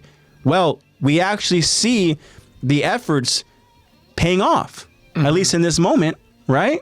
I mean, we can assume this is obviously the first time because of the shock and reaction that those other characters have. Yeah. Right? Rico and Sophia are like, oh my God, he did it. Someone dethroned her in a foot race. I know. Yeah, exactly. Beat her grades? No. I beat her in the 100-meter dash. Yeah. You just beat her in a foot race. Yeah, exactly. Once. So And clearly she hated it. Yeah. She really shoved him hard. Loss. Someone can't handle loss. That pretty dude much just like- made a joke and she was like, God, like she was going to kill him. yeah, exactly. How dare you dishonor me? I protected our country in battle. But it's funny because obviously with what Gabi has gone on to accomplish, what she even herself described as, she heroically, saved Marley, in battle. She's got a lot of badges, Yeah. in battle. He's a little celebrity. And so, I mean, something She Colt loves even it. says early on, right? Colt even says himself where he's like, well, I mean, it doesn't really matter at this point how well Falco does. I mean, she's pretty much got this in the bag, right? Yeah. It's funny that he says that, Falco's older brother, and then Falco later on literally goes on to say in a conversation not involving Colt, like almost responding to Colt, Yeah. saying, yeah, but there's still a chance. Yeah, there's still a chance. They haven't decided they haven't yet. decided yet. I still have a chance, and I'm gonna go ahead and he's. I mean, when the one you're trying to inherit the Titan from says, keep trying, you keep trying. Yeah. Yeah, definitely. Exactly. I mean, also too. I mean, Gabi is related to Rhina in a sense where like Rhina is like what, like her cousin, right? That's her. Uncle. I think it's uncle. Is it uncle? Yeah. Yeah. I mean, it could be like a second cousin, but uncle. Mm-hmm. She calls him uncle. Interesting. Yeah, I want to say Uncle that's her Braun. uncle. Yeah. Oh, okay. Hard-boiled violation. Violation is you being in my fucking chat. Interesting. Hard boil violation. Yeah, which is so interesting. Like knowing that fact and knowing that she is also calling out Falco and being like, well, your brother's going to inherit one anyway, so you'll already be an honorary Marleyan. Like, yeah, bitch, your uncle is already an honorary Marleyan. You already got it. That's not an argument for you to make. Yeah, for sure. Well, I mean, would they still be honorary if Rhina gave it to Falco? I think they still, isn't there like I feel like there's like a merit where they keep. I think they fucking hate or Eldians. They do actually. Yeah, I don't think that. I think I don't they think they have almost enough like. seats for everyone who's ever been a Titan in there. Yeah. Yeah. My second cousin was the Yeah. Jaw Titan. I know, true. Get the True, fuck true. out of here. You know what? True that. So she's trying to keep. She's Racism. trying I to guess keep a it in the brother family. is, yeah. Yeah. Whereas, I mean, to her point, I mean, it's like, yeah, Then she just marries Falco. That's how you stay there. Yeah, you're just supposed to, duh. Don't you know the plot that Aaron And laid then you out guys for live you? happily for your 13 she years. can go ahead and Oh my god, they're gonna argue like old she married can couple. she can ride Falco. Huh? They don't. You know what I mean? Pause. Let me switch back to Titan. Keep your mind out of the Mindset gutter. Titan. What'd you say? Titans. Yeah, riding she him can as go a ahead Titan. and- I like Yeah. that it went quiet right when you said Riding it. him in his Titan. ride You don't understand the eye Falco. contact we just made. No, what? No, I was fully aware of what I was saying. We know. I just I'm knew that I was just going to giving you go a hard ahead time. and say. Yeah, I almost said a fly. As a bird. As a fly. When he's an Fly. insect. As a When he flies as fly. When he fly. When he fly bird fly. When Falco passes Gabi, will still have her whole life ahead of her. Yeah. And Yeah. that's exactly great point, Eddie. That's exactly what Falco is trying to go ahead and protect. That's what he's trying to Gabi say on. to her. Can't see You don't it. think that he's gone on to go ahead and see how Gabi is in battle, how she is? She's very kind of Like, impulsive. dude, she's going to die. Yeah, she's gone on to go ahead and accomplish things, but that doesn't mean that she's going to accomplish and Give my succeed. life for Pakistan. That's literally what Gabi would do. Yeah. I would give my life for Marley. sacrifice my life for Molly. Yeah. I defended Marley in the heat of battle. I love I know. Marley. I give my life to Marley. It was a historic battle. Good. She. Yeah, that foot race really was a Amazing. historic battle. She'll be so annoyed, bro. Yeah. Yeah, for sure. I mean, the thing is, though, is that Gabi, I mean, she's, again, she's like the one. She's like the student that, I mean, I don't know what her grades look like. She's class pet. But pretty Or, much. teacher's yeah. Yeah. I mean, I love teachers' pets. but again, we talked about I'm it a before. teacher now. We talked about it before, though, where it's like, she's not just full of shit. She actually goes on to go and back stuff up. Yeah, she So, does. She's just really obnoxious when I'm she does it. sure that if Yeah. she did end up becoming a Titan warrior, she would get some shit done, She would. Oh, 100%. She'd be a force to be reckoned with. Solely because she's so cocky. She's like, I know what I'm doing is correct, and we're going to do it. Yeah. And that people will be like, okay, well, fuck, she's going to do it. We have to back her up. Okay. Yeah. Fun game here. Go ahead. She ends up somehow inheriting armor, right? I don't know what female armor does she titan look die? like, but who Probably cool. is her like foe, her enemy? If she's a Titan, like If she's a compared to titan and all of a parody sudden she Titans? comes across parody, who do you think would go ahead and Aaron. Oh, who would she fight? Aaron. Yeah. I think I don't think Aaron would waste time with her. I think she would force her way over to Aaron. Well, considering that she's the one that beheads him, No, I I understand think he that. would have to. But that's different if she's a acknowledge her. titan. Yeah, if she's a Titan. She's not carrying a fucking sniper as a I titan, know. you know? Should they have a giant Titan sniper You'd be rifle? surprised what they put on the back of a Titan. That's true. Yeah, I He would understand just that. have like a Jeff on her shoulder. Only if she was like the cart, I could see her being like, Yeah. I got a fucking ballistic round with your name on it, Mr. Yeager. No, she'll just have her on her shoulder like Jeff the Shark. baby shark. Yeah, so that's an interesting one, Eddie. Eddie says Mikasa, right? Dun, dun, dun, dun, dun, dun, Oh, that was good. dun. I think Mikasa would be a very, very interesting character considering her dynamic with Eren. Obviously, we Yeah. understand, like as Lexi just talked Guard about, dog. what Gabi goes on to do later on in the series to Eren, right? Spoiler. Yeah, warned. that's an interesting one for sure. Yeah, Mikasa is a pretty good one. I would like that one. Mikasa or Sasha. Annie. Annie. Annie is interesting Oh yeah. for sure. Have The woman girls on are woman battle, fighting. girl fighting. Have Annie put her in her goddamn place. Yeah, I think it would be funny to be. Annie's hardening versus the armor. armor. I think it would be. You know what? I'm gonna side with Eddie. I think it would be Mikasa because I think I feel like that's the most logical one. she would. I think that Gabi would be like, well, duh, I'm gonna go after the source. I'm think I'm strong enough to go after the Eren Yeager. Who the heck is he? And then of course Mikasa would be like, the bitch I'm about to kill. Like Yeah. she would pull that Mikasa, the gangster Mikasa out. And I think that'd be cool because we also get kind of like that Beast Levi dynamic. Now it's a different Ackerman going up against a different Titan. Yeah. You're being like Parody Island. No, literally parody. Parody Titans. Yeah. Parody Titans. Don't fuck with us. And Jacob says, wait, what happened? I'm back. Hey, we're just talking Jacob. about Gabi if she actually did inherit the armor Titan. My throat just hurts from Who screaming would at she Gabi. fight if she was a Titan? Yeah. Yeah, exactly. But also, sadly, I think that her armored Titan would look really cool. An armored female Titan would probably look really cool. Or she'll look like a troll, one or the other. Real quick, I feel like Rhina didn't specifically state plans because he feels like they would have just told him, why the fuck would we listen to an LDN? Yeah, because that's pretty that's much why how he they was like- told in the beginning anyways. I feel like he's so used to it, he's like, that's why I just wanted to give you the information. He just gives them info. I'm not going to make the fucking plans. You guys aren't going to let me do Yeah. that shit. What are you trying to say? Well, oh, so we'll do this. Well, no, you don't want to come from the south, but okay, then what are you trying Yeah, to say? it's very I'm clear. just giving you info. They're 'Cause only you're not going to let me make the plans anyway. Yeah, because if I told you the plan that we should do, you're gonna, Tell me it's a dumb LDN whine and idea moan and then I'm about going to it. die. yeah, I feel like the only reason why he's even involved in the conversation because he's been at the island and Yeah. came back. Yeah. That's it. he you know? sacrificed. He gave his life for Zeke.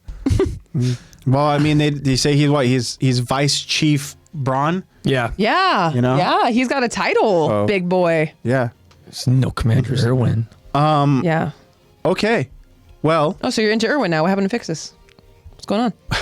Where's your loyalty?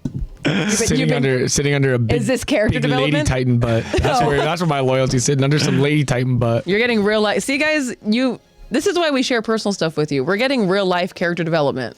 If you guys don't understand what she's referencing, that's a throwback from like Major throwback. 2020, Yeah, 2021. major throwback. God damn. okay. So one thing I want to go and talk about, right? That one's for you, Charlotte. Marley and Go do Guard. your research. Marley and Guard. She knows. Marley and Guard is in on the lore. Yeah. Yeah. Marlon Guard knows homeboy has been in his feeling. He knows that, right? Yeah. Yeah, because he was like, oh, she's upright and How'd He's you like, do oh today, shit, he Falco? actually said it. yeah. And then all of a sudden she's like, Falco's like, does everyone know except for this bitch? I Like, know, what? seriously. Yeah. And the thing is, in the background, if you go ahead and you see that scene, even the other two, Udo and Zofia, Yeah. are both They're like, like, oh my God. They're like, They're oh like, my He god. doesn't understand. Oh my god. So I it's feel the like worst at kept first secret. they're like, I can't believe he fucking said it. And then they look at Gabi and they're like, oh. Yeah. I think they were like, oh my god. Like, obviously everyone's being silent because they're like, what is she gonna say? Yeah. And then she's like, what do you mean? I don't get And it. it's later one of those moments where she's like looking at the camera, she's like, and then she just goes, Huh? Like, I know, she gets she such a weird face. She does like what is that? Home Improvement? Every time I hear that, I think about Chicken Little.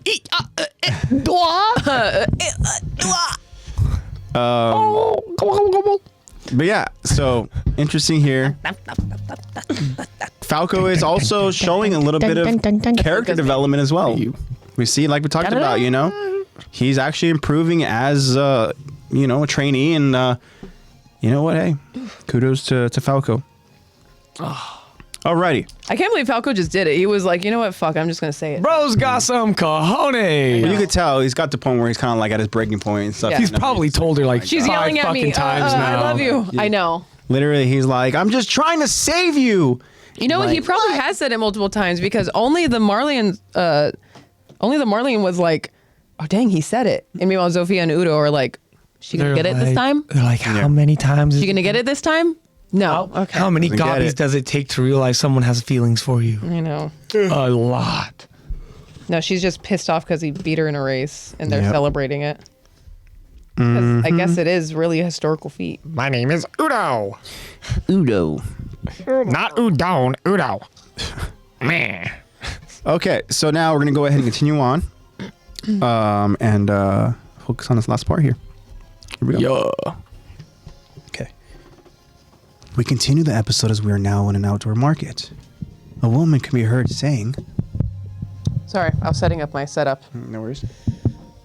Well, if it isn't our brave young warriors in training. A drunken man places his arm around Gabi and pulls her right in. Gabi! I heard what you did, Gabi. You're a hero to all of us Eldians, you know that? Thanks for your service. But the drunken man is mistaken as he has his arm around the wrong warrior candidate. Sorry. I'm just Sophia. The drunken man reacts, huh? And the woman in the market grabs the drunken man off of her. Stop that, you stupid lush. Between the day drinking and the grabbing onto random girls, I've had it up to here with you. The drunken man releases himself from her grip. Shut up, you nosy old bat. Ain't nothing wrong with giving a hero due praise. The woman agrees. There wouldn't be, except getting praised by someone like you is bad luck. A black cat ironically runs past him through the alleyway. Now go! Drag yourself home to your poor mother. The drunken man groans as he just waddles away. Now, allow me to give you kids a nice treat. Eat up, okay? I want you to get big and strong like Vice Chief Braun. The kids all say in unison, Thank you so much. As they each have a bag, now just full of bread. The kids continue passing through until they notice workers building for the festival. Udo is amazed as he watches them building a stage. Whoa! Are they really gonna declare war from here in the internment zone? You sound like, God, what's your name? You look like the 4th of July. You sound like Jennifer Coolidge. Oh my God. Wow! You look like the 4th of July. You sound like Jennifer Coolidge. Okay, yeah. sorry. Hello, everybody. My name is Jennifer Coolidge. Thank you just for had to having get me that on out. Attack the Talk today. Wow. Wow! Wow! I just had to get that out. Wow! That was good. Okay, go ahead. Continue, All right, here we Udo. You go. sound like Kuwabara when you did the old the drug dude. He sounds like Kuwabara in it. Like I was Yeah. listening, I was like, is that Chris Sabat? And I was listening back and I was like, no, it's not him, but it sounds a lot like him. AJ's Kuwabara.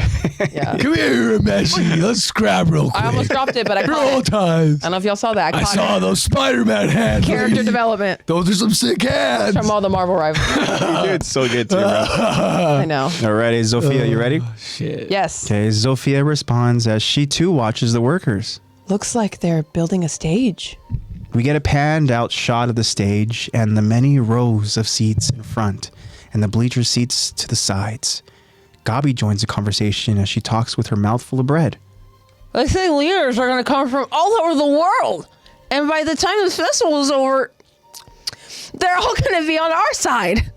That was not Gabi. I don't know what I was doing. That was good. Okay, that was good. Those gobby stuff in her face. Udo blows air into his empty bag and then pops it. Udo now says with sarcasm, Fantastic.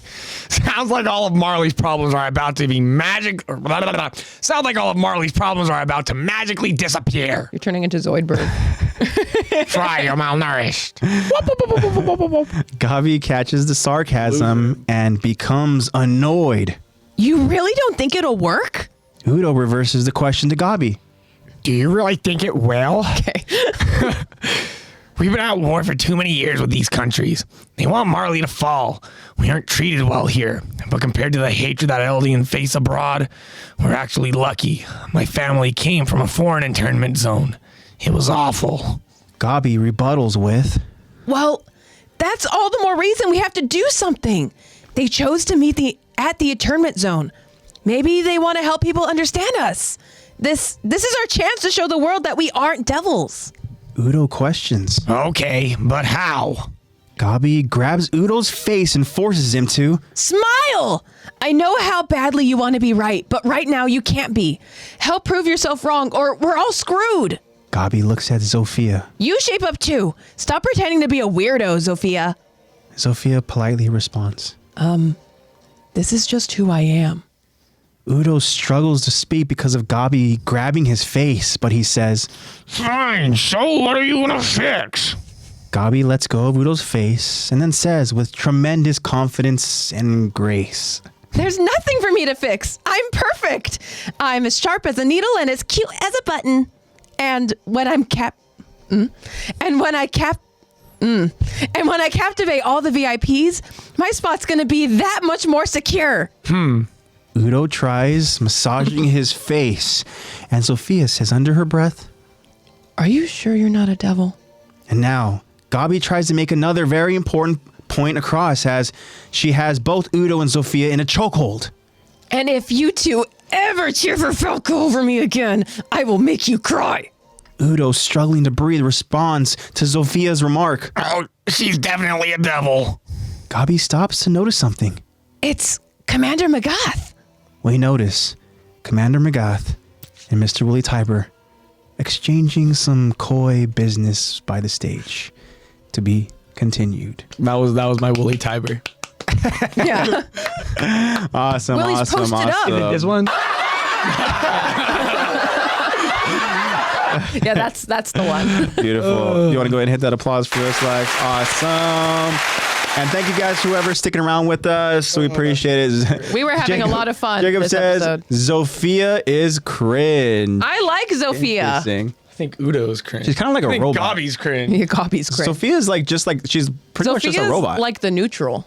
Yeah. She neutralizes the Sophia is situation. quite literally the definition of neutral. Yeah, she's the mediator. Hey, Jacob, not happy I'd or fight sad. Gabi. This is just how I am. Yeah. Told you she's arrogant. No, Don't call me Unk. I'm not there yet. No, Yeah, I've I told you. had people call me Unk. And I'm like, why are you? Wouldn't you be aunt? That's what I thought. You're on. Call me Tia. Whose Tia is this? There you go. Someone come get your pinche tia, bro. She over here But, drinking all Eddie the salt. says- Gabi is a little annoying. Yeah, Eddie says that. Told you she's arrogant. Yep. Yeah, 100%. I How you had to I put also with unfortunately grace. rewatched that part where she's like, "I'm as cute as a button." I'm like, girl, shut up. I skipped it. I honestly heard her start talking and I was like, nah. Yeah. And I was like, oh wait, that's the episode. The difference is I have to know what she sounds like. Yeah, definitely a difference. So again, to kind of go along with what we talked about with Definitely a Zofia devil. in the first part of the episode breakdown and how lack of emotion she shows. If you have a strange drunken man go ahead and grab you by the shoulders and bring you in real close, I don't Yeah. think you're gonna go ahead and necessarily not have a reaction. Yeah. Unless you're Sophia. And then Zofia I'm just just like, Zofia. I'm just Zofia. Interesting here. But And he's like, huh? This probably happens weekly.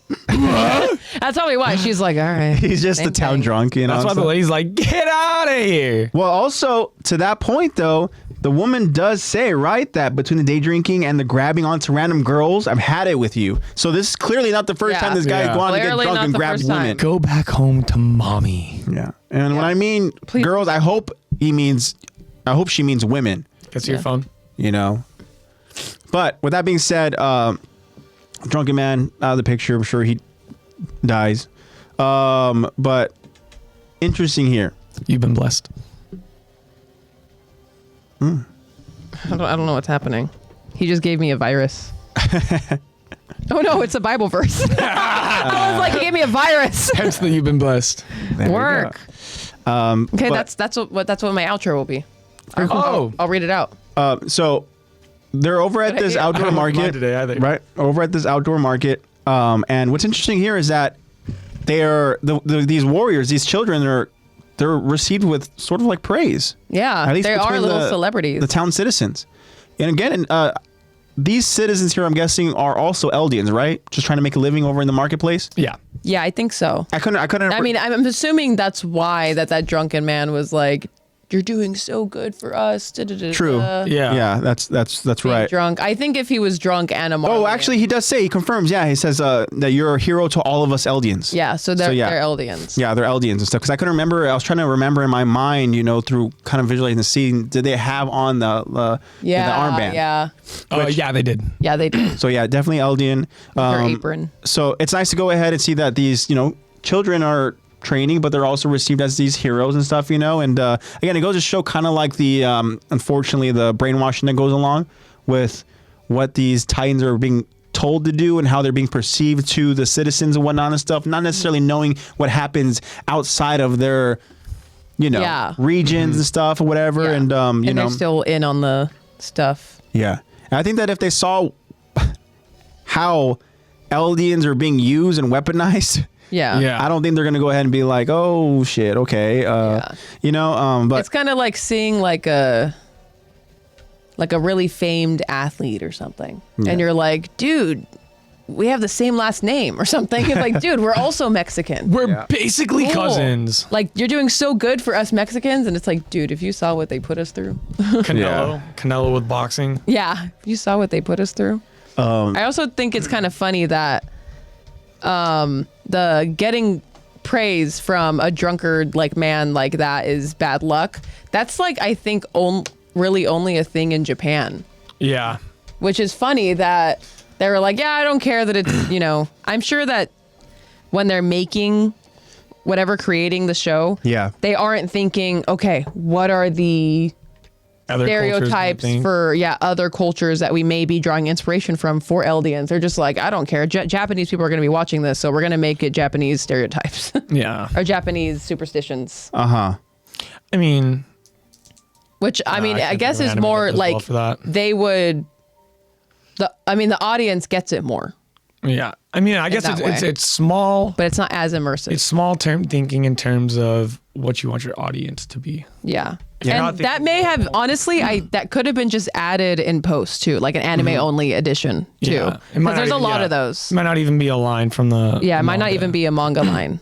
Maybe the manga is more immersive. Because there has been a lot. Liberties. Yeah, that's true. There has been a lot that I'm totally Mappa. There has been a lot that Mappa has added in on their own. That's not manga, but honestly, a lot of the stuff that they've added, I've kind of liked. I've liked the stuff that they've added for context and stuff. Okay. And little design choices. Okay. Yeah, I tend to do pretty good with it. Interesting. So kind of talking about foreshadowing a little bit, right? Obviously, the drunken man who praised what Lexi just described, and I didn't even know that in terms of like the bad luck and everything. Obviously, again, it kind of expressing the bad luck with the black cat even kind of running past him and stuff, It's almost, again, foreshadowing that bad stuff is coming, bad stuff's going to happen. But I want to go ahead and kind of now a little bit fast forward to Gabi's words here as they go ahead and they notice the stage of them building the festival, right? She goes on to say that they say that leaders are going to come from all over the world.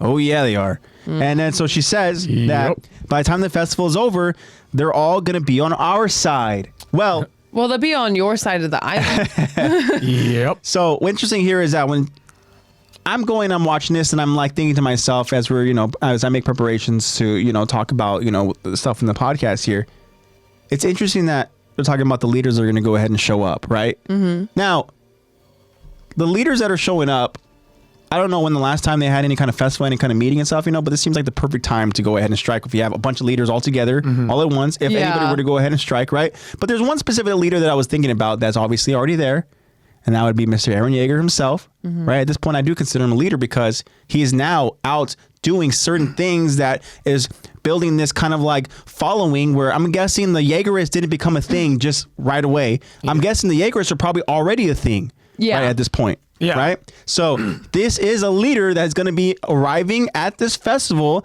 to go ahead and, as sad as it is to say, Unannounced an uninvited leader at that. he's going to go ahead and Yeah. try to end things, you know? Declaring war against the guy that wasn't invited, but he's in the basement. Yeah. He's there. Yeah. Exactly. And then even with Udo's next words too, where he even kind of like, sarcastically says, right, where it's like, oh, great, now all of our troubles are going to like disappear, right? Fantastic. Everything's going to magically fix itself. Yeah. Well, as a matter of fact, Udo, we see his kind of pessimistic idea, and unfortunately, he was kind of on the right track. Yep. Not only do things not get any better, shit gets worse. I mean, hey, Gabby was right about one thing. The world is on their side now. Yeah. 80% of it's also going to be gone. Yeah, but the world is also no longer the world. The Yeah. world is also the victim. It's okay, Udo. You won't see all the tragedy that's happening. Yeah, and then also too, Shit. Udo You'll die himself. at the festival. Udo himself. You even really says, only like, voice characters that die. Yep. well, Rhino Udo doesn't die. No, Rhino doesn't. Jean doesn't. That's true. That's just about it. We all die someday. And that's it. But so even Udo's first words as he goes out there and notices the stage, he's like, whoa, he goes, are they really going to declare war from here in the internment zone? Well, somebody is. Yeah. Somebody's going to declare war. So that's Depends fun. on who you mean by they. Yeah, it's funny Yeah. when going on to go ahead and hear these lines, hear these quotes from these characters. Well, obviously, they don't have much time left. They don't understand that, like, they are kind of ironically right in a whole other almost like parallel universe. Yeah. It's like, oh my gosh, yeah, we're going to go ahead and do this and this and this. Like, well, part of that sentence, right?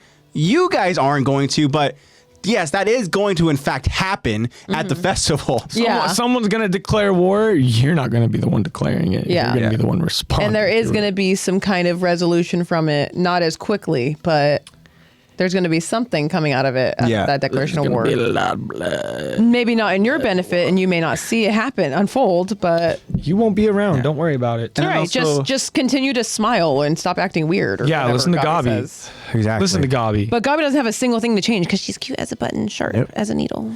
But Just so perfect. interesting here that when Gabi, I hate her. for being as so like narrow-minded as she is, I guess maybe she just when it involves herself, she thinks she's perfect, but she doesn't really see the kind of grand scheme of things where she's even kind of questioning, like, you really don't think this is gonna work?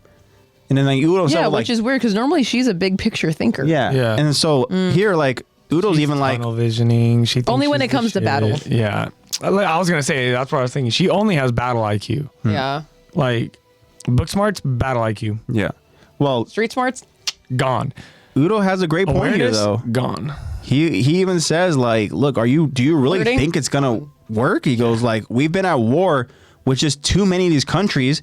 They want Marley to fall. We aren't treated well here, Yeah. right? He goes, we're actually lucky compared to, the hatred for Eldians outside of Marley, Yeah. and like, True it that. seems like the only place really Eldians are kind of like, I guess, maybe taken in and Acknowledged. stuff and whatnot is parody. Yeah. Right? Granted, maybe they had their minds wiped, but Yeah. that's beside Granted, none of them know. Yeah. None of them realize it. I'm glad that Udo's acknowledging it though. Yeah, exactly. Like they're at the top of their Eldian chain. yeah. Yeah, they're definitely the But also, luckiest. why though? It's because of his next thing. He talks about how his family was one of those, in that foreign internment zones, right? So he kind of saw what it looks like over on the other side, one of these other different nations and stuff, before Marley went ahead and kind of essentially claimed land and people, Yeah. I don't know Forced how them into Eldian foster care. Yeah, I don't know Yeah. how old or young Udo was when that happened. Obviously, it is a Couldn't have been memory of that his. old. Yeah, The moment we start getting backstory on a side character, I the know. end of the year. Every the moment damn- someone starts every freaking time. yapping. Yeah, Every time. yeah, Marco. exactly. I know, dude. How I miss you. Anytime we get backstory on like a young man, I'm like, I was damn. talking about Mamone. Oh, No. right. Yeah, makes- Marco. Where is he? Where is he at? Join in chat. 5, 4, 3, 2. Nope. Puts it. Puts it. Sorry Puts about it. that. That's how you summon him.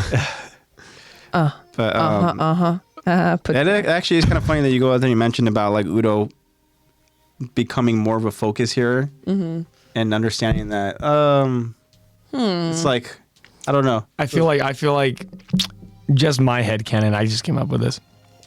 The reason why they get so much focus before is because Aaron wants you to see this person could have fucked with my plans. Yeah. Now they're dead. Like, you need to understand why They're I did dead. what I did. That boulder had to fall on him. You don't get it. He was just at the wrong seat at the wrong time. Nothing will stop the rumbling. Rumbling. Yeah. Rumbling. Interesting here, but it seems like some of the words here that they're saying. It is very ironic, but I mean, preparations are being made to they are. go ahead and get this festival going. Oh yeah, it will. And we also see too that Mr. Tiber and Commander McGoth have continued their conversation over in a different setting. So we'll learn more about that conversation. Tune in next week for a fascinating back and forth of me talking with myself. Yeah, literally. Yep. I do think that it's very comedic of the parallel that Gabi's like, well, we'll just show them that we're not really devils. We'll just show them that we're not devils. Like, girl, what? Are you not going to put you're not going to put a single brain cell of that logic into someone else's shoes? No? Not at all? All right. Yeah, exactly. But Sophia, full of you're right, girl. herself. Maybe she really is a devil. I think she really is a devil. You're right. She really is a devil. Yeah. Yeah, Oh, she's definitely a devil. That's what she says. she definitely is. Yeah, definitely a devil. Interesting parallel. We'll just show them that we're not really devils. We'll just smile. Like, Maybe Oh, you should yeah, have thought that way before you shot smile and Sasha in wave, cold boys. blood. You fucking bitch. Thanks for finishing that for me, Zach. Sorry. My rage like transported into Zach. Oh, I just. He saw red for a second. Yeah, I did. He's a Holy Sasha shit. stan. I got mad for a second. He's a Sasha stan. Well, it's also just you just hate hypocrites. Just hate It got hypocrites. hot in here. I know, it's suddenly warm in here. Shit. Damn, the things that this show makes me feel. Damn it, I gotta voice this bitch? All right. yep. To hold the resentment away from you and just have a picture of Gabi somewhere to put No, it. literally. I hope that horse That'd be bites your head hard. I know. That'd be insane. When they start beating her ass. Well, that's all we got for you guys over this episode. Okay. It's Okay, been a Jacob. long episode. Sleepy bear, yeah. Well, we did like 3 hours of diary. How long are we going right now? How long does it say? We're at 3.5 hours on the dot, pretty much. Wow. Yeah. Okay. Perfect time to close. Well, it's been nice, guys, to go ahead and be back. Thank you for watching and staying if you've listened for this long. Yeah, Jesus definitely. Christ. Appreciate you guys Your so shift much. is like almost over now. That's Thank you crazy. guys so much. You guys can take your first break. Wraps up I know. another episode of the Attack Talk podcast, season 4. Remember, new episodes will be live on Twitch when we decide to go ahead and go live. Follow And us then they'll over on be Instagram. uploaded on all of our platforms. I like that. Let's keep them guessing. Yep. Leave them wondering. Hey, if you're worried about when we're going to stream, DM us. Yeah. You just gotta Increase activity. you gotta check the story. Exactly. Stay active. You just gotta check Hit Attack that Talk bell. podcast on Instagram. Hit that subscribe button. Like, comment, share. That's what it's about, guys. Follow us on Yeah. Instagram. This is funny because Eddie's actually working right now. He's actually working. So is Take your your shift 15, like bro. almost done now? Or are you on your first break or what's going I on? know, right? What time are you off, bro? Shit. I know. Crazy. But again, huge thanks to you guys. Again, shout out to Eddie again for the Twitch review stuff, and Yeah. also shout Upcoming out to snowboard collab. shout out Yeah. to Charlotte for Shout out Charlotte. just that beautiful message, and shout out Join to us. Shout out Jacob. all of you day one. Shout Bobby. out to all you friends that go Kirkland. ahead and listen to Thank you, us. Alan. Laker. It's crazy. Kyron, I miss you. Yeah. Kyron. Haven't heard from you in a while. Come on, buddy. Exactly. But again, you guys are incredible. Even the ones that we have no idea about Kyron, you, Kyron, but you Kyron. still go ahead and you support us. Narek send you. Narek by send you. listening to us, and just it's crazy to think that we have people that go on and listen to us that we have no idea who you are. So don't be afraid to go ahead and pop in and say hi, or just kind of message us over on Instagram. Let us know that you've been kind of listening for X amount of time or whatever the case is and stuff. And we'll shout you guys out over in the podcast, of course, because that's what we want to do. We want to shout you guys out. Yeah. I want a whole biography when you send us your introduction. I want the whole autobiography. Yeah. Pages. I want to know what you. I want to know what your favorite color is. I want to know. I want your review. I want to know who your favorite character is, who you identify with, who you sound like, who you look like, and then I want to know. I want to hear your multiverse. Just like Love Is Blind. Hers was much more docile than mine. I was gonna be like, you guys have any like weird marks on your body? Birthmarks? I was relating my nipples. I want to know like Attack on Titan favorite character, Attack on Titan, who they look like, Attack on Titan. Let's do that. Yeah. Yeah. Don't tell me about your third Social nipples and your security birthmark. number. I will take that though. I'll take that one. Feel free. Drop the can last you send me a 4. photo of the front and back of your debit card, please? Thank you. I need the 3 digits. Oh, your postal code. Your postal code. Thank you. Legally, this is a joke. Maybe. Fuck no, it's not. Maybe. If you want to give me your goddamn credit card, that is your fault. All right, y'all. Well, again, it's been fun. Glad to be back, and join us next week. All I got left is to go ahead and just say I love you guys so much for your support. Thank you. Don't be shy, guys. Go ahead and again message us. Vote over in those poll questions and give us a response over in those Q&As. Please. We appreciate the feedback and all that. And We're getting closer and closer to that episode, y'all. Favorite London phrase as your sign off? Yeah, what's a phrase you learned out there? The one that you heard the most, or the one that you liked the most? Yeah, what's a phrase that sticks out in your mind Interesting. that you learned in London? You can think about it. That can be your sign off if you want. Before I give you The my one that I have quote. in mind is not appropriate. Cool. I'll tell you guys. I'll tell you guys off air, and then I'll go live again and I'll say it for him. Yeah. And then Zach will say You'll it get next a week. 5-second stream. Lexi might know what it is. 'Cause Bloody. She actually says the word, but she says it in a different way. Oh. But it has to involve a cigarette. Butcha. No. Oh, Oh. like a bundle of sticks. So she Together we form a mighty. It's from Simpsons. Oh, I didn't know that's what The it is. F word. But I know what you're talking about. So, but hey, I'm not gonna say it because I'm not British. We don't want to get canceled. We live in the U.S. What you mean? I'm not gonna. I was gonna say it, but I realized we're on Twitch. I mean, you can say it. I can say it, but No, Twitch. no, we're not gonna say it. But again, guys, in closing for me, I love you guys. Spread that love and positivity. Stay safe.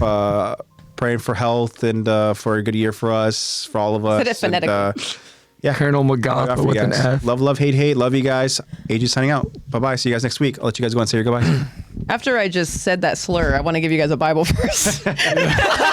I'm doubling down on the Bible verse. Doubling down. Zach shared an interesting. I don't even know what you did. Dude. Give me your phone, bro. Zach gave me a virus. Give me your phone. It's called Yappy. It's my bracelet. It's Bible verse. It is called Yappy. But yeah, it gives you a Bible verse. So my Bible verse to sign out with you guys is Ephesians 6:1-3. Children, obey your parents in the Lord, for this is right. Honor your father and mother, which is the first commandment with a promise, so that it may go well with you and that you may enjoy long life on the earth. AKA, happy parents, happy life. Amen. Here, just tap this bracelet to the top of your phone, bro. It says do not disturb. All right, your turn. Okay, my Bible verse. Ephesians 2:4-5. But because of his great love for us, God, who is rich in mercy, made us alive with Christ even when we were dead in transgressions. It is by grace you have been saved. Amen. Amen. I thought it was the last track for a second. I was like, damn! All right, guys, that's it. That's all we got for you guys. See you guys next week. Love you guys. No verse. No Jesus. You've had enough. He has enough in his heart. Please be safe. Take care of Holiest man I yourselves. know. We love you so much, and we'll hope to see you all next week. Bye. Peace, love, prosperity.